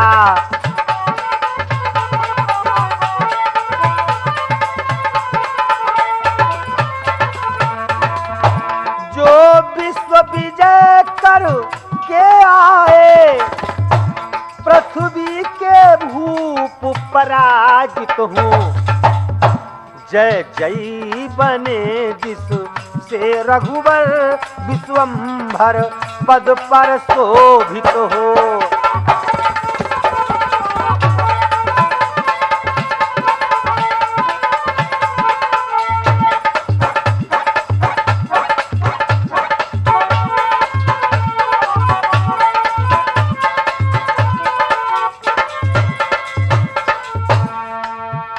आज वशिष्ठ मुनि कहने लगे कि हे भरतलाल, अब तुम संसार में सबसे विख्यात एक घोड़ा लाओ, जो श्वेतांग सफेद हो, श्याम कर्णों वाला हो और सब प्रकार से शास्त्र के अनुकूल हो, जो कि सारे विश्व में विजय प्राप्त करके पृथ्वी के सारे राजा जिसकी वजह से पराजित हो जाएं और हमारे राम विजयी बन जाएं, सारे संसार में उनका एक छत्र राज्य हो जाए। जो आज्ञा कहकर चले कैकेयी के लाल, वर्णित घोड़ा यज्ञ में ले आए तत्काल। एक सुंदर सा घोड़ा लाया गया और सब प्रकार से विधान करके उस घोड़े का पूजन करके माथे पर घोड़े के एक पत्र लिख करके भगवान श्री राम ने बंधवा दिया। और उस पत्र में क्या लिखा हुआ है? कौशलपति अब सम्राट हुए, जग की जनता स्वीकार करे।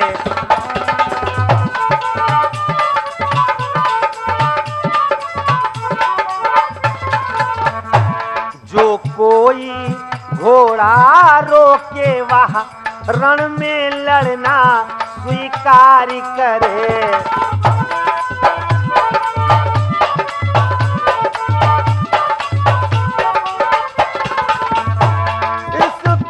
यज्ञ का श्याम करण जब सज धज कर तैयार हुआ, तो पहली बार किधर जाए या मुनिगण मध्य विचार हुआ।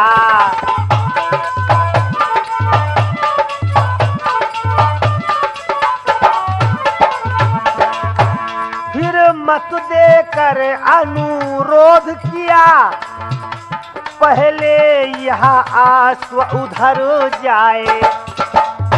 सब भारी भूमि का रहा सहा, लवणासुर वध से हर जाए।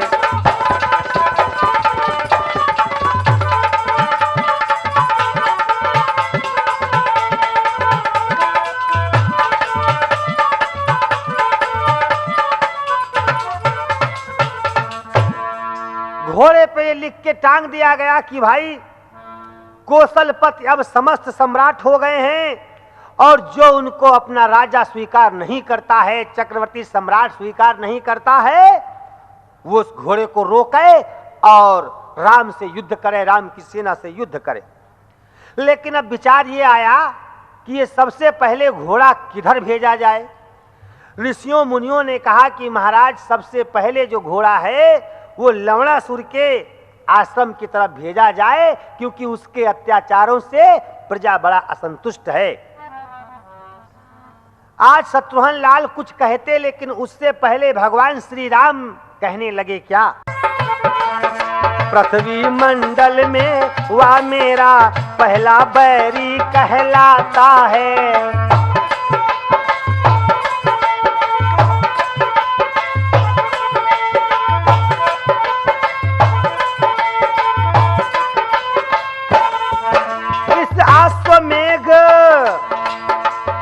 अश्वमेघ द्वारा उसका सब मद हरना आवश्यक है। अपने जीवन में पाप रहित पृथ्वी करना आवश्यक है।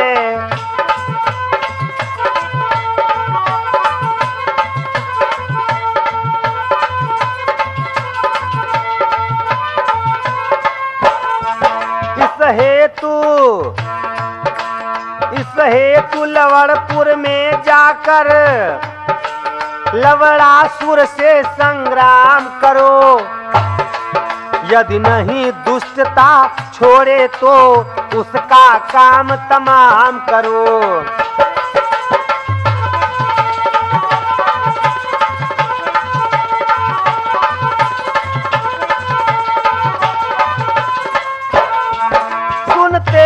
वर के कारण से वह सहज न मारा जाएगा। लो या अमोघ सर ले जाओ, इससे संहारा जाएगा।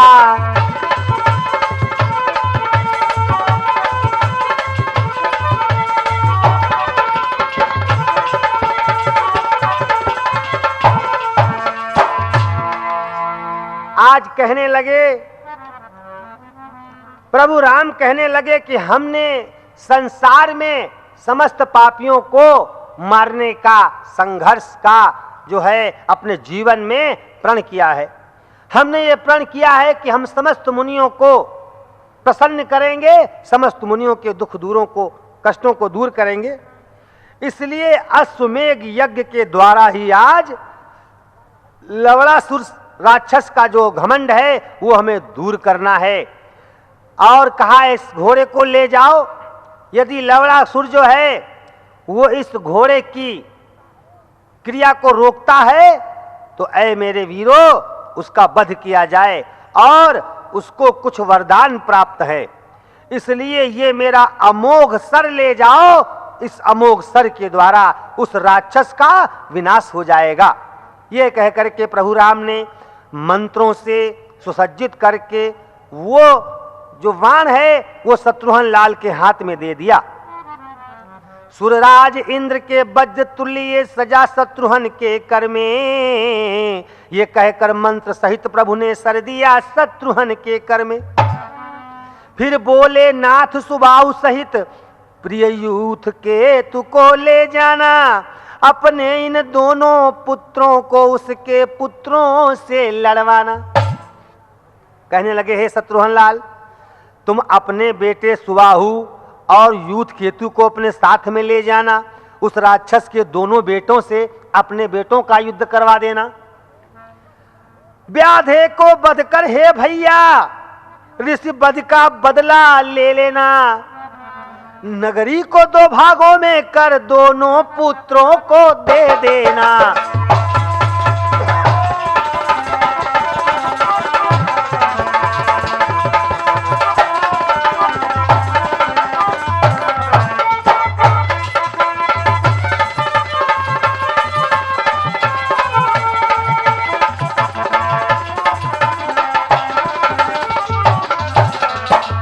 भैया शत्रुघ्न लाल अपने दोनों बेटों को ले जाओ और उसके बेटों से लड़वा देना और उस राक्षस का वध करके उसकी नगरी को जीत करके उस नगरी को आधा आधा दो भागों में बांट करके अपने बेटे यूथ केतु और दूसरे बेटे को बराबर बराबर बांट देना, राजा बना देना वहां का। जो आज्ञा कहे बड़ों को सादर नवा कर माथ, शत्रुघ्न को शत्रुघ्न चले चले मना गणनाथ। भगवान गणेश जी को मना करके, क्योंकि जब कोई शुभ कार्य किया जाता है तो सबसे पहले गणेश जी को मना लिया जाता है। भगवान गणेश की प्रतिमा पर सारी फौज जो है प्रार्थना कर रही है पुष्प अक्षत चढ़ा करके कि पहले सभा में तुमको मनाए गणेश जी,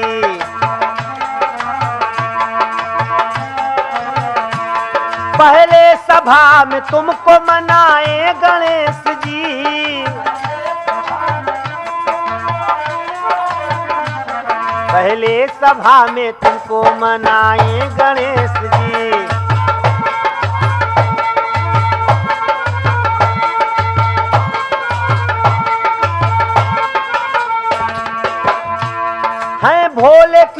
आपके और गौरा महतारी,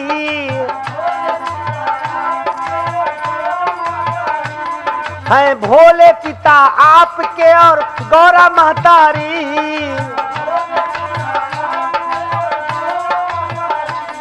खाते हो लड्डू भोग और मूस सवारी।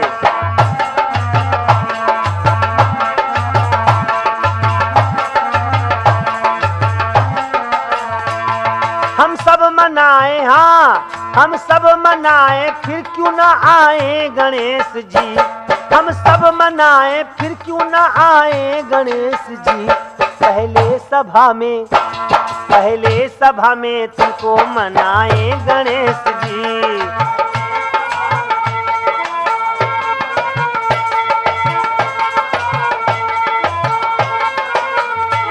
पहले सभा में तुमको मनाए गणेश जी।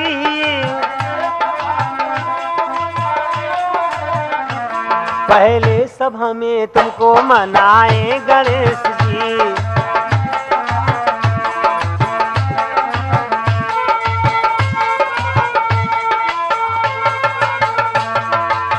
श्रोता बंधुओं, ये कार्यक्रम राठौर कैसेट के माध्यम से चल रहा है।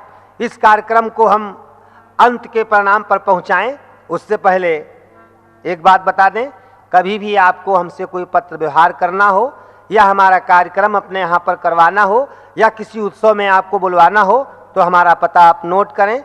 नवीन कुमार मिश्रा, लक्ष्मी प्रिंटिंग प्रेस, पलिया कलां, जिला लखीमपुर खीरी, पिन कोड 262902। और यदि कभी फ़ोन के माध्यम से आपसे या आपको हमसे संपर्क करना है तो आप हमारा फ़ोन नंबर नोट करें।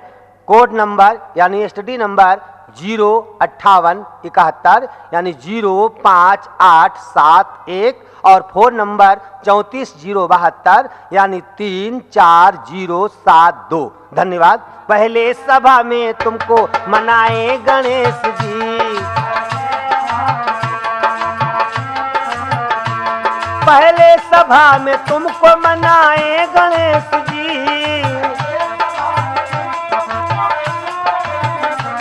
पहले सभा में तुमको मनाए गणेश जी।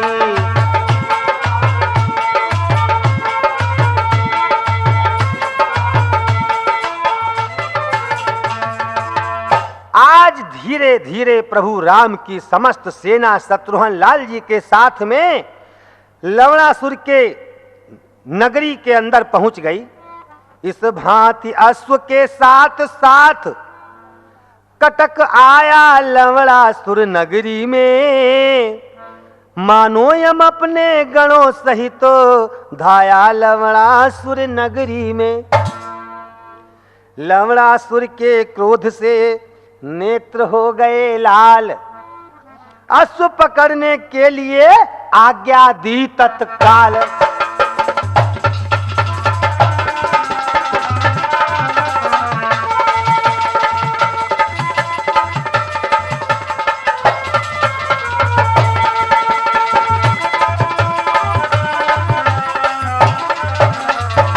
आज राजा राक्षस लवणासुर जब देखता है कि राम का घोड़ा हमारे यहाँ आ गया तो फिर बोला निज सैन्य से इस प्रकार ललकार, वीरों लड़ने के लिए भैया हो जाओ तैयार।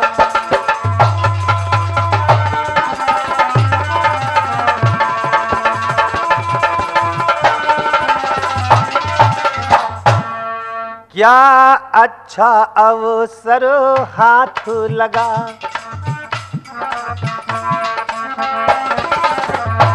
घर बैठे भोजन आया है।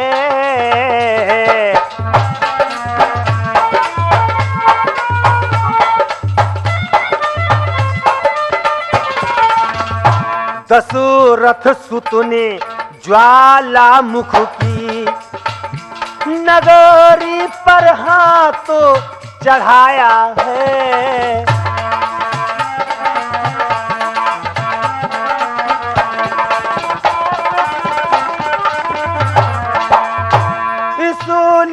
मुझे यह कहना है जननी का मान बढ़ा देना। दूधों की धारें पी हो तो सोनित की धार बहा देना।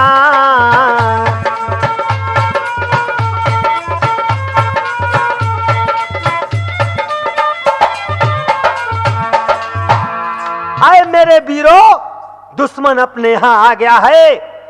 आज बहुत अच्छा अवसर आया है जो हम भोजन करेंगे।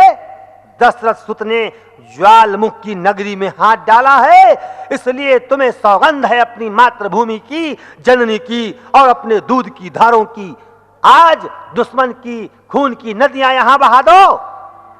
इतना सुन करके आज सारा खलदल तैयार हुआ, लड़ने को आगे बढ़ा। लवणासुर के पिता को रावण ने अपनी बहन कुंभीनसी का ब्याह जो था वो लवणासुर के पिता के साथ में किया था।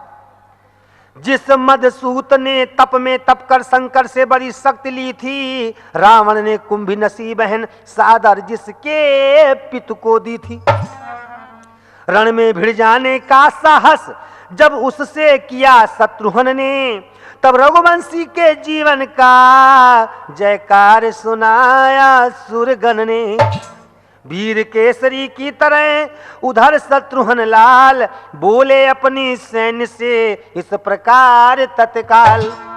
आज उस राक्षस की सेना से लड़ने के लिए शत्रुघ्न लाल जी ने अपनी सारी सेना को जोश से सुसज्जित किया और कहने लगे, ऐ मेरे अयोध्या के वीरों, आज बात आन बान और शान पर अटक गई है।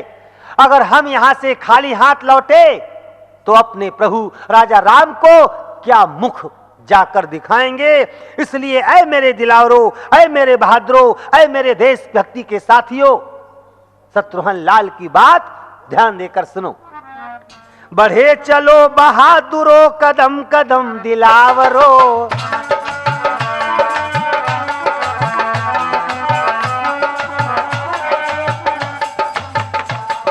बढ़े चलो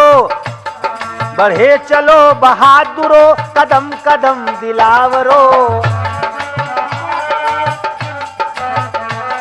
बढ़े चलो बहादुरों, करम कदम दिलावरों। वतन का तन में है लहू, वतन की वो नजर करो।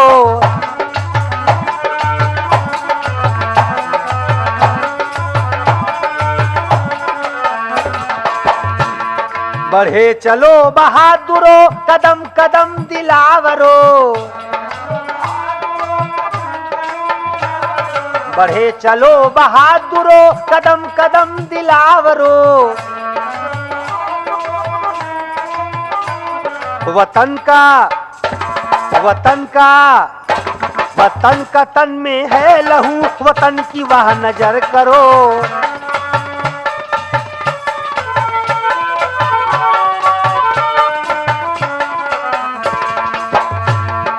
देर अच्छी है नहीं, खलदल को मिटाना है हमें।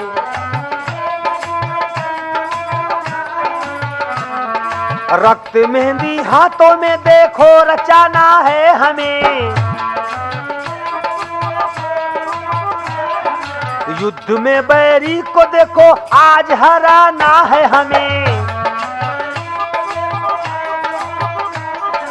वैश्य का है दबदबा मिट्टी में मिलाना है हमें। वतन की शान पर जियो, वतन की मान पर मरो।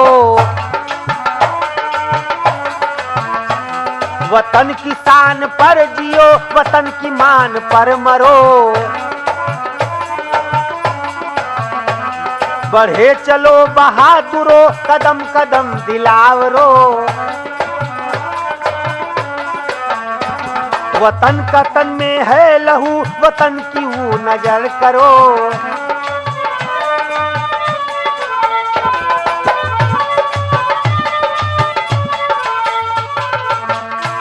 पल पल में खल बह गया, नीर समान घमंड, खंड खंड होने लगा निश्चर कटक अखंड। एक एक करके वीर योद्धा युद्ध के मैदान में गिरने लगे। और उधर देखिए श्रीयूथ केत के हाथों से क्षण में रिपुकेतु समाप्त हुआ। मातंग सुबाहु कुंवर द्वारा वीरों की गति को प्राप्त हुआ। उस राक्षस का बेटा था रिपु केतु, जो शत्रुघ्न लाल के पुत्र यूप केतु के द्वारा संहार कर दिया गया, मार दिया गया। बोली रामचंद्र भगवान की। और जो मातंग था उस राक्षस का दूसरा बेटा, वो जो है आज भैया सुबाहु कुंवर के द्वारा समाप्त कर दिया गया। इन दोनों के मर जाने से आज सारी सेना, राक्षसीय सेना के हौसले घट गए। और उधर लवणासुर के ऊपर क्रोध में आकर शत्रुघ्न लाल ने एक वार करके और प्रभु का जो दिया हुआ बाण था उसको मारकर उस राक्षस का निधन कर दिया, उसे समाप्त कर दिया। बोलिए श्री रामचंद्र भगवान की। जिस समय द्वर्ग पर निश्चर के रघुवंश पताका फहराई, पृथ्वी आकाश पुकार उठे जय कौशलेश जय रघुराई। दो भागों में बांट कर निश्चर राज्य तमाम,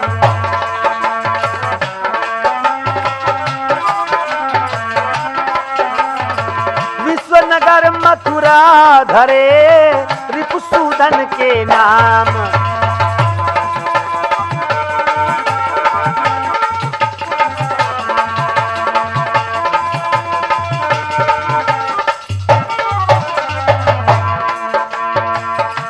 केतु को कर दिया विश्वनगर का नाथ, मथुरा पुत्र सुबाहु को दी उस समय के साथ।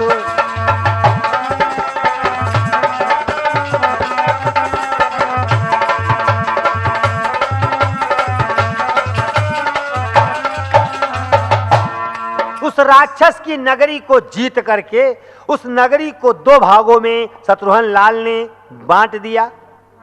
विश्वनगर यानी मथुरा जो है वो आज रिपुसूदन के नाम से घोषित करके यूप केतु को प्रदान कर दी। और दूसरा हिस्सा जो था मथुरा के नाम से वो अपने पुत्र सुबाहु को प्रदान कर दिया राम की आज्ञा अनुसार।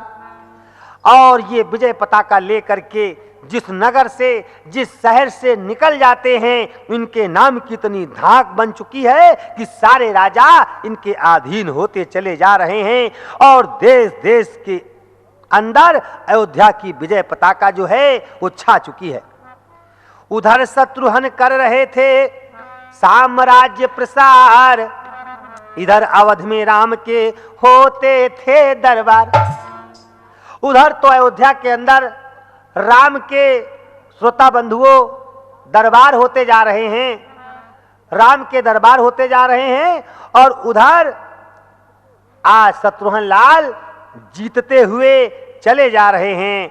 आज देश के कोने कोने में प्रभु राम की महिमा का बखान होता हुआ और भगवान राम की ध्वज पताओं के नीचे होते हुए सारे वीर आगे बढ़ते जा रहे हैं। और उधर देखिए ये सुन सुन करके अयोध्या की सारी प्रजा प्रभु राम के नाम का गुणगान करती जा रही है, उनके प्रति अपने हृदय में श्रद्धा भरती जा रही है।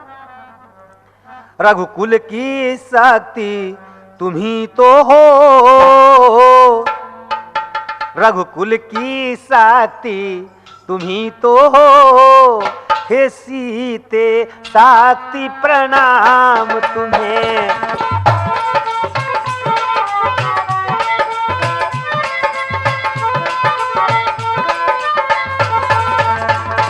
रघुबर की शक्ति तुम्ही तो हो, हे सीते शक्ति प्रणाम तुम्हें।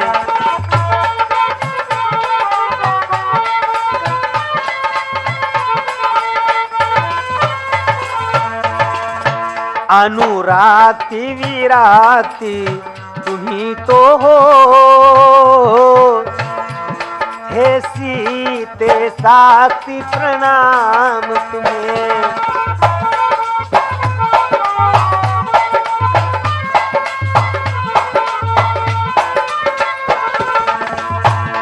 इस पत्नी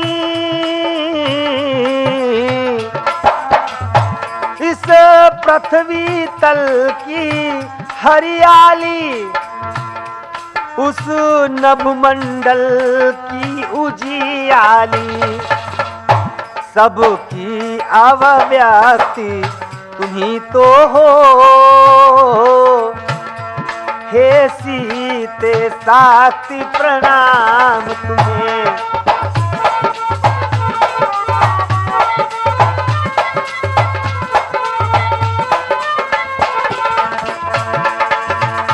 रघुबर की साथी तुम्ही तो हो। हे सीते साथी प्रणाम तुम्हें।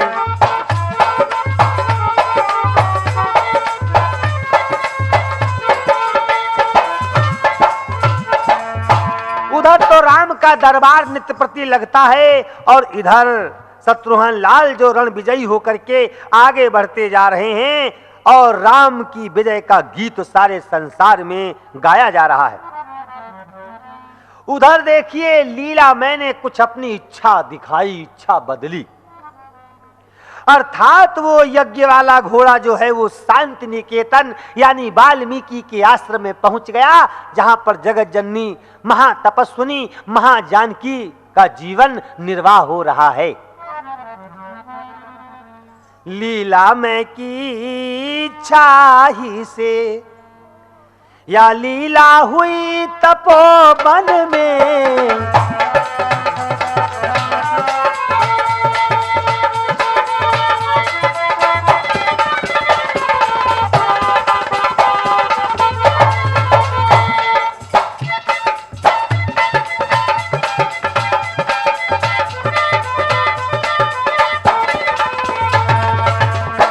बन दे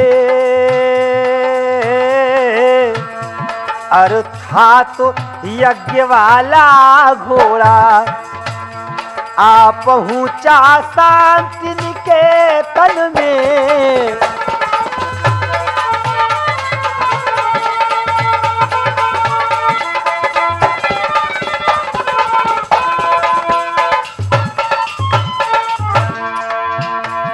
बन देवी के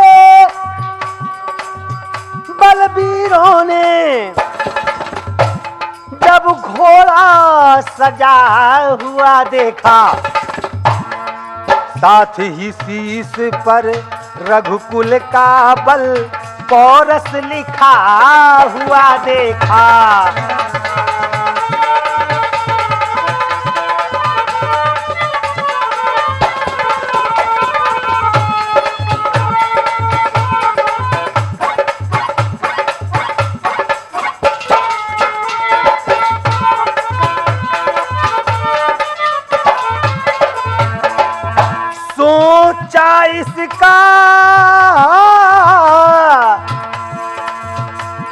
सोचा इसका यूं ही जाना, वीरत्व ल जाने वाला है। अपना गुरु का बन देवी का अपमान कराने वाला है।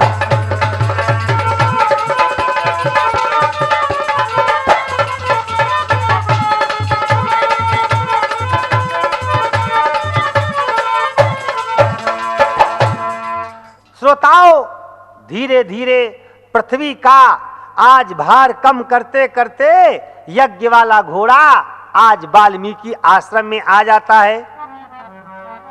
वन देवी के बलबीरों ने जब घोड़ा सजा हुआ देखा, साथ ही शीश पर रघुकुल का बल पौरुष लिखा हुआ देखा। आज देखा वीरों ने भाई घोड़े के ऊपर एक पत्र लटका हुआ है कि जो भी राम का या राम को चक्रवर्ती राजा मानने से इनकार करे वो राम की सेना से युद्ध करे। जब ये देखा मन में सोचा हमारे आश्रम से घोड़ा जा रहा है तो सीता के दोनों बालकों ने, लव और कुश ने सोचा कि अगर ये घोड़ा इस प्रकार से यहाँ चला गया तब तो हमारी माता वन देवी का और हमारे गुरु वाल्मीकि का घोर अपमान होगा। ये तो क्षत्रित्व की आज भूमिका ही बदल जाएगी। इसलिए आज हम परीक्षा ले लें कि इस घोड़े वाले राजा के अंदर कितना दमखम है, कितनी शक्ति है। यही सोच करके क्या किया, इस हेतु तो उचित है निज बल की अब प्रथम परीक्षा ले लें। हम देखें, आज हम भी देखें कि कितना हम में बल है और कितना इस घोड़े वाले राजा की सेना में दम है। इस हेतु तो उचित है निज बल की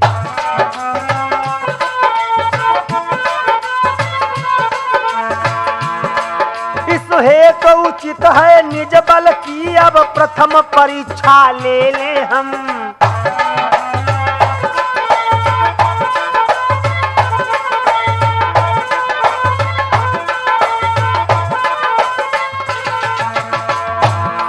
खेल ही खेल में रघुकुल को रण का आमंत्रण दे दे हम।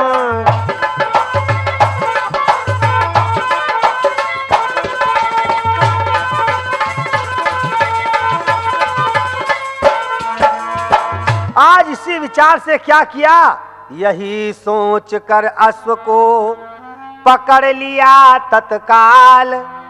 बीणा धारी करो ने धनुआ लिया संभाल। यही सोच करके आज प्रभु राम का वो यज्ञ वाला घोड़ा वन देवी के आश्रम में रोक लिया जाता है, लव कुश और बच्चों के द्वारा बांध लिया जाता है। और इधर सारे भक्तराज आज प्रभु राम की वंदना कर रहे हैं। क्या, धनुआ को कर में लेकर सरकार अब न आना, सरकार अब न आना।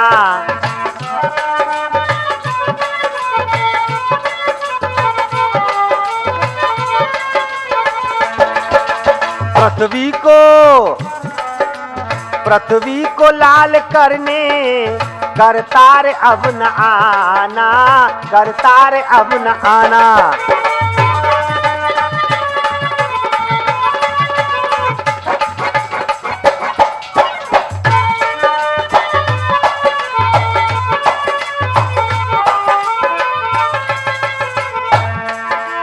धनुआ को कर में लेकर, धनुआ को कर में लेकर, धनुआ को कर में लेकर धनुआ को कर में लेकर सरकार अब न आना, सरकार अब न आना।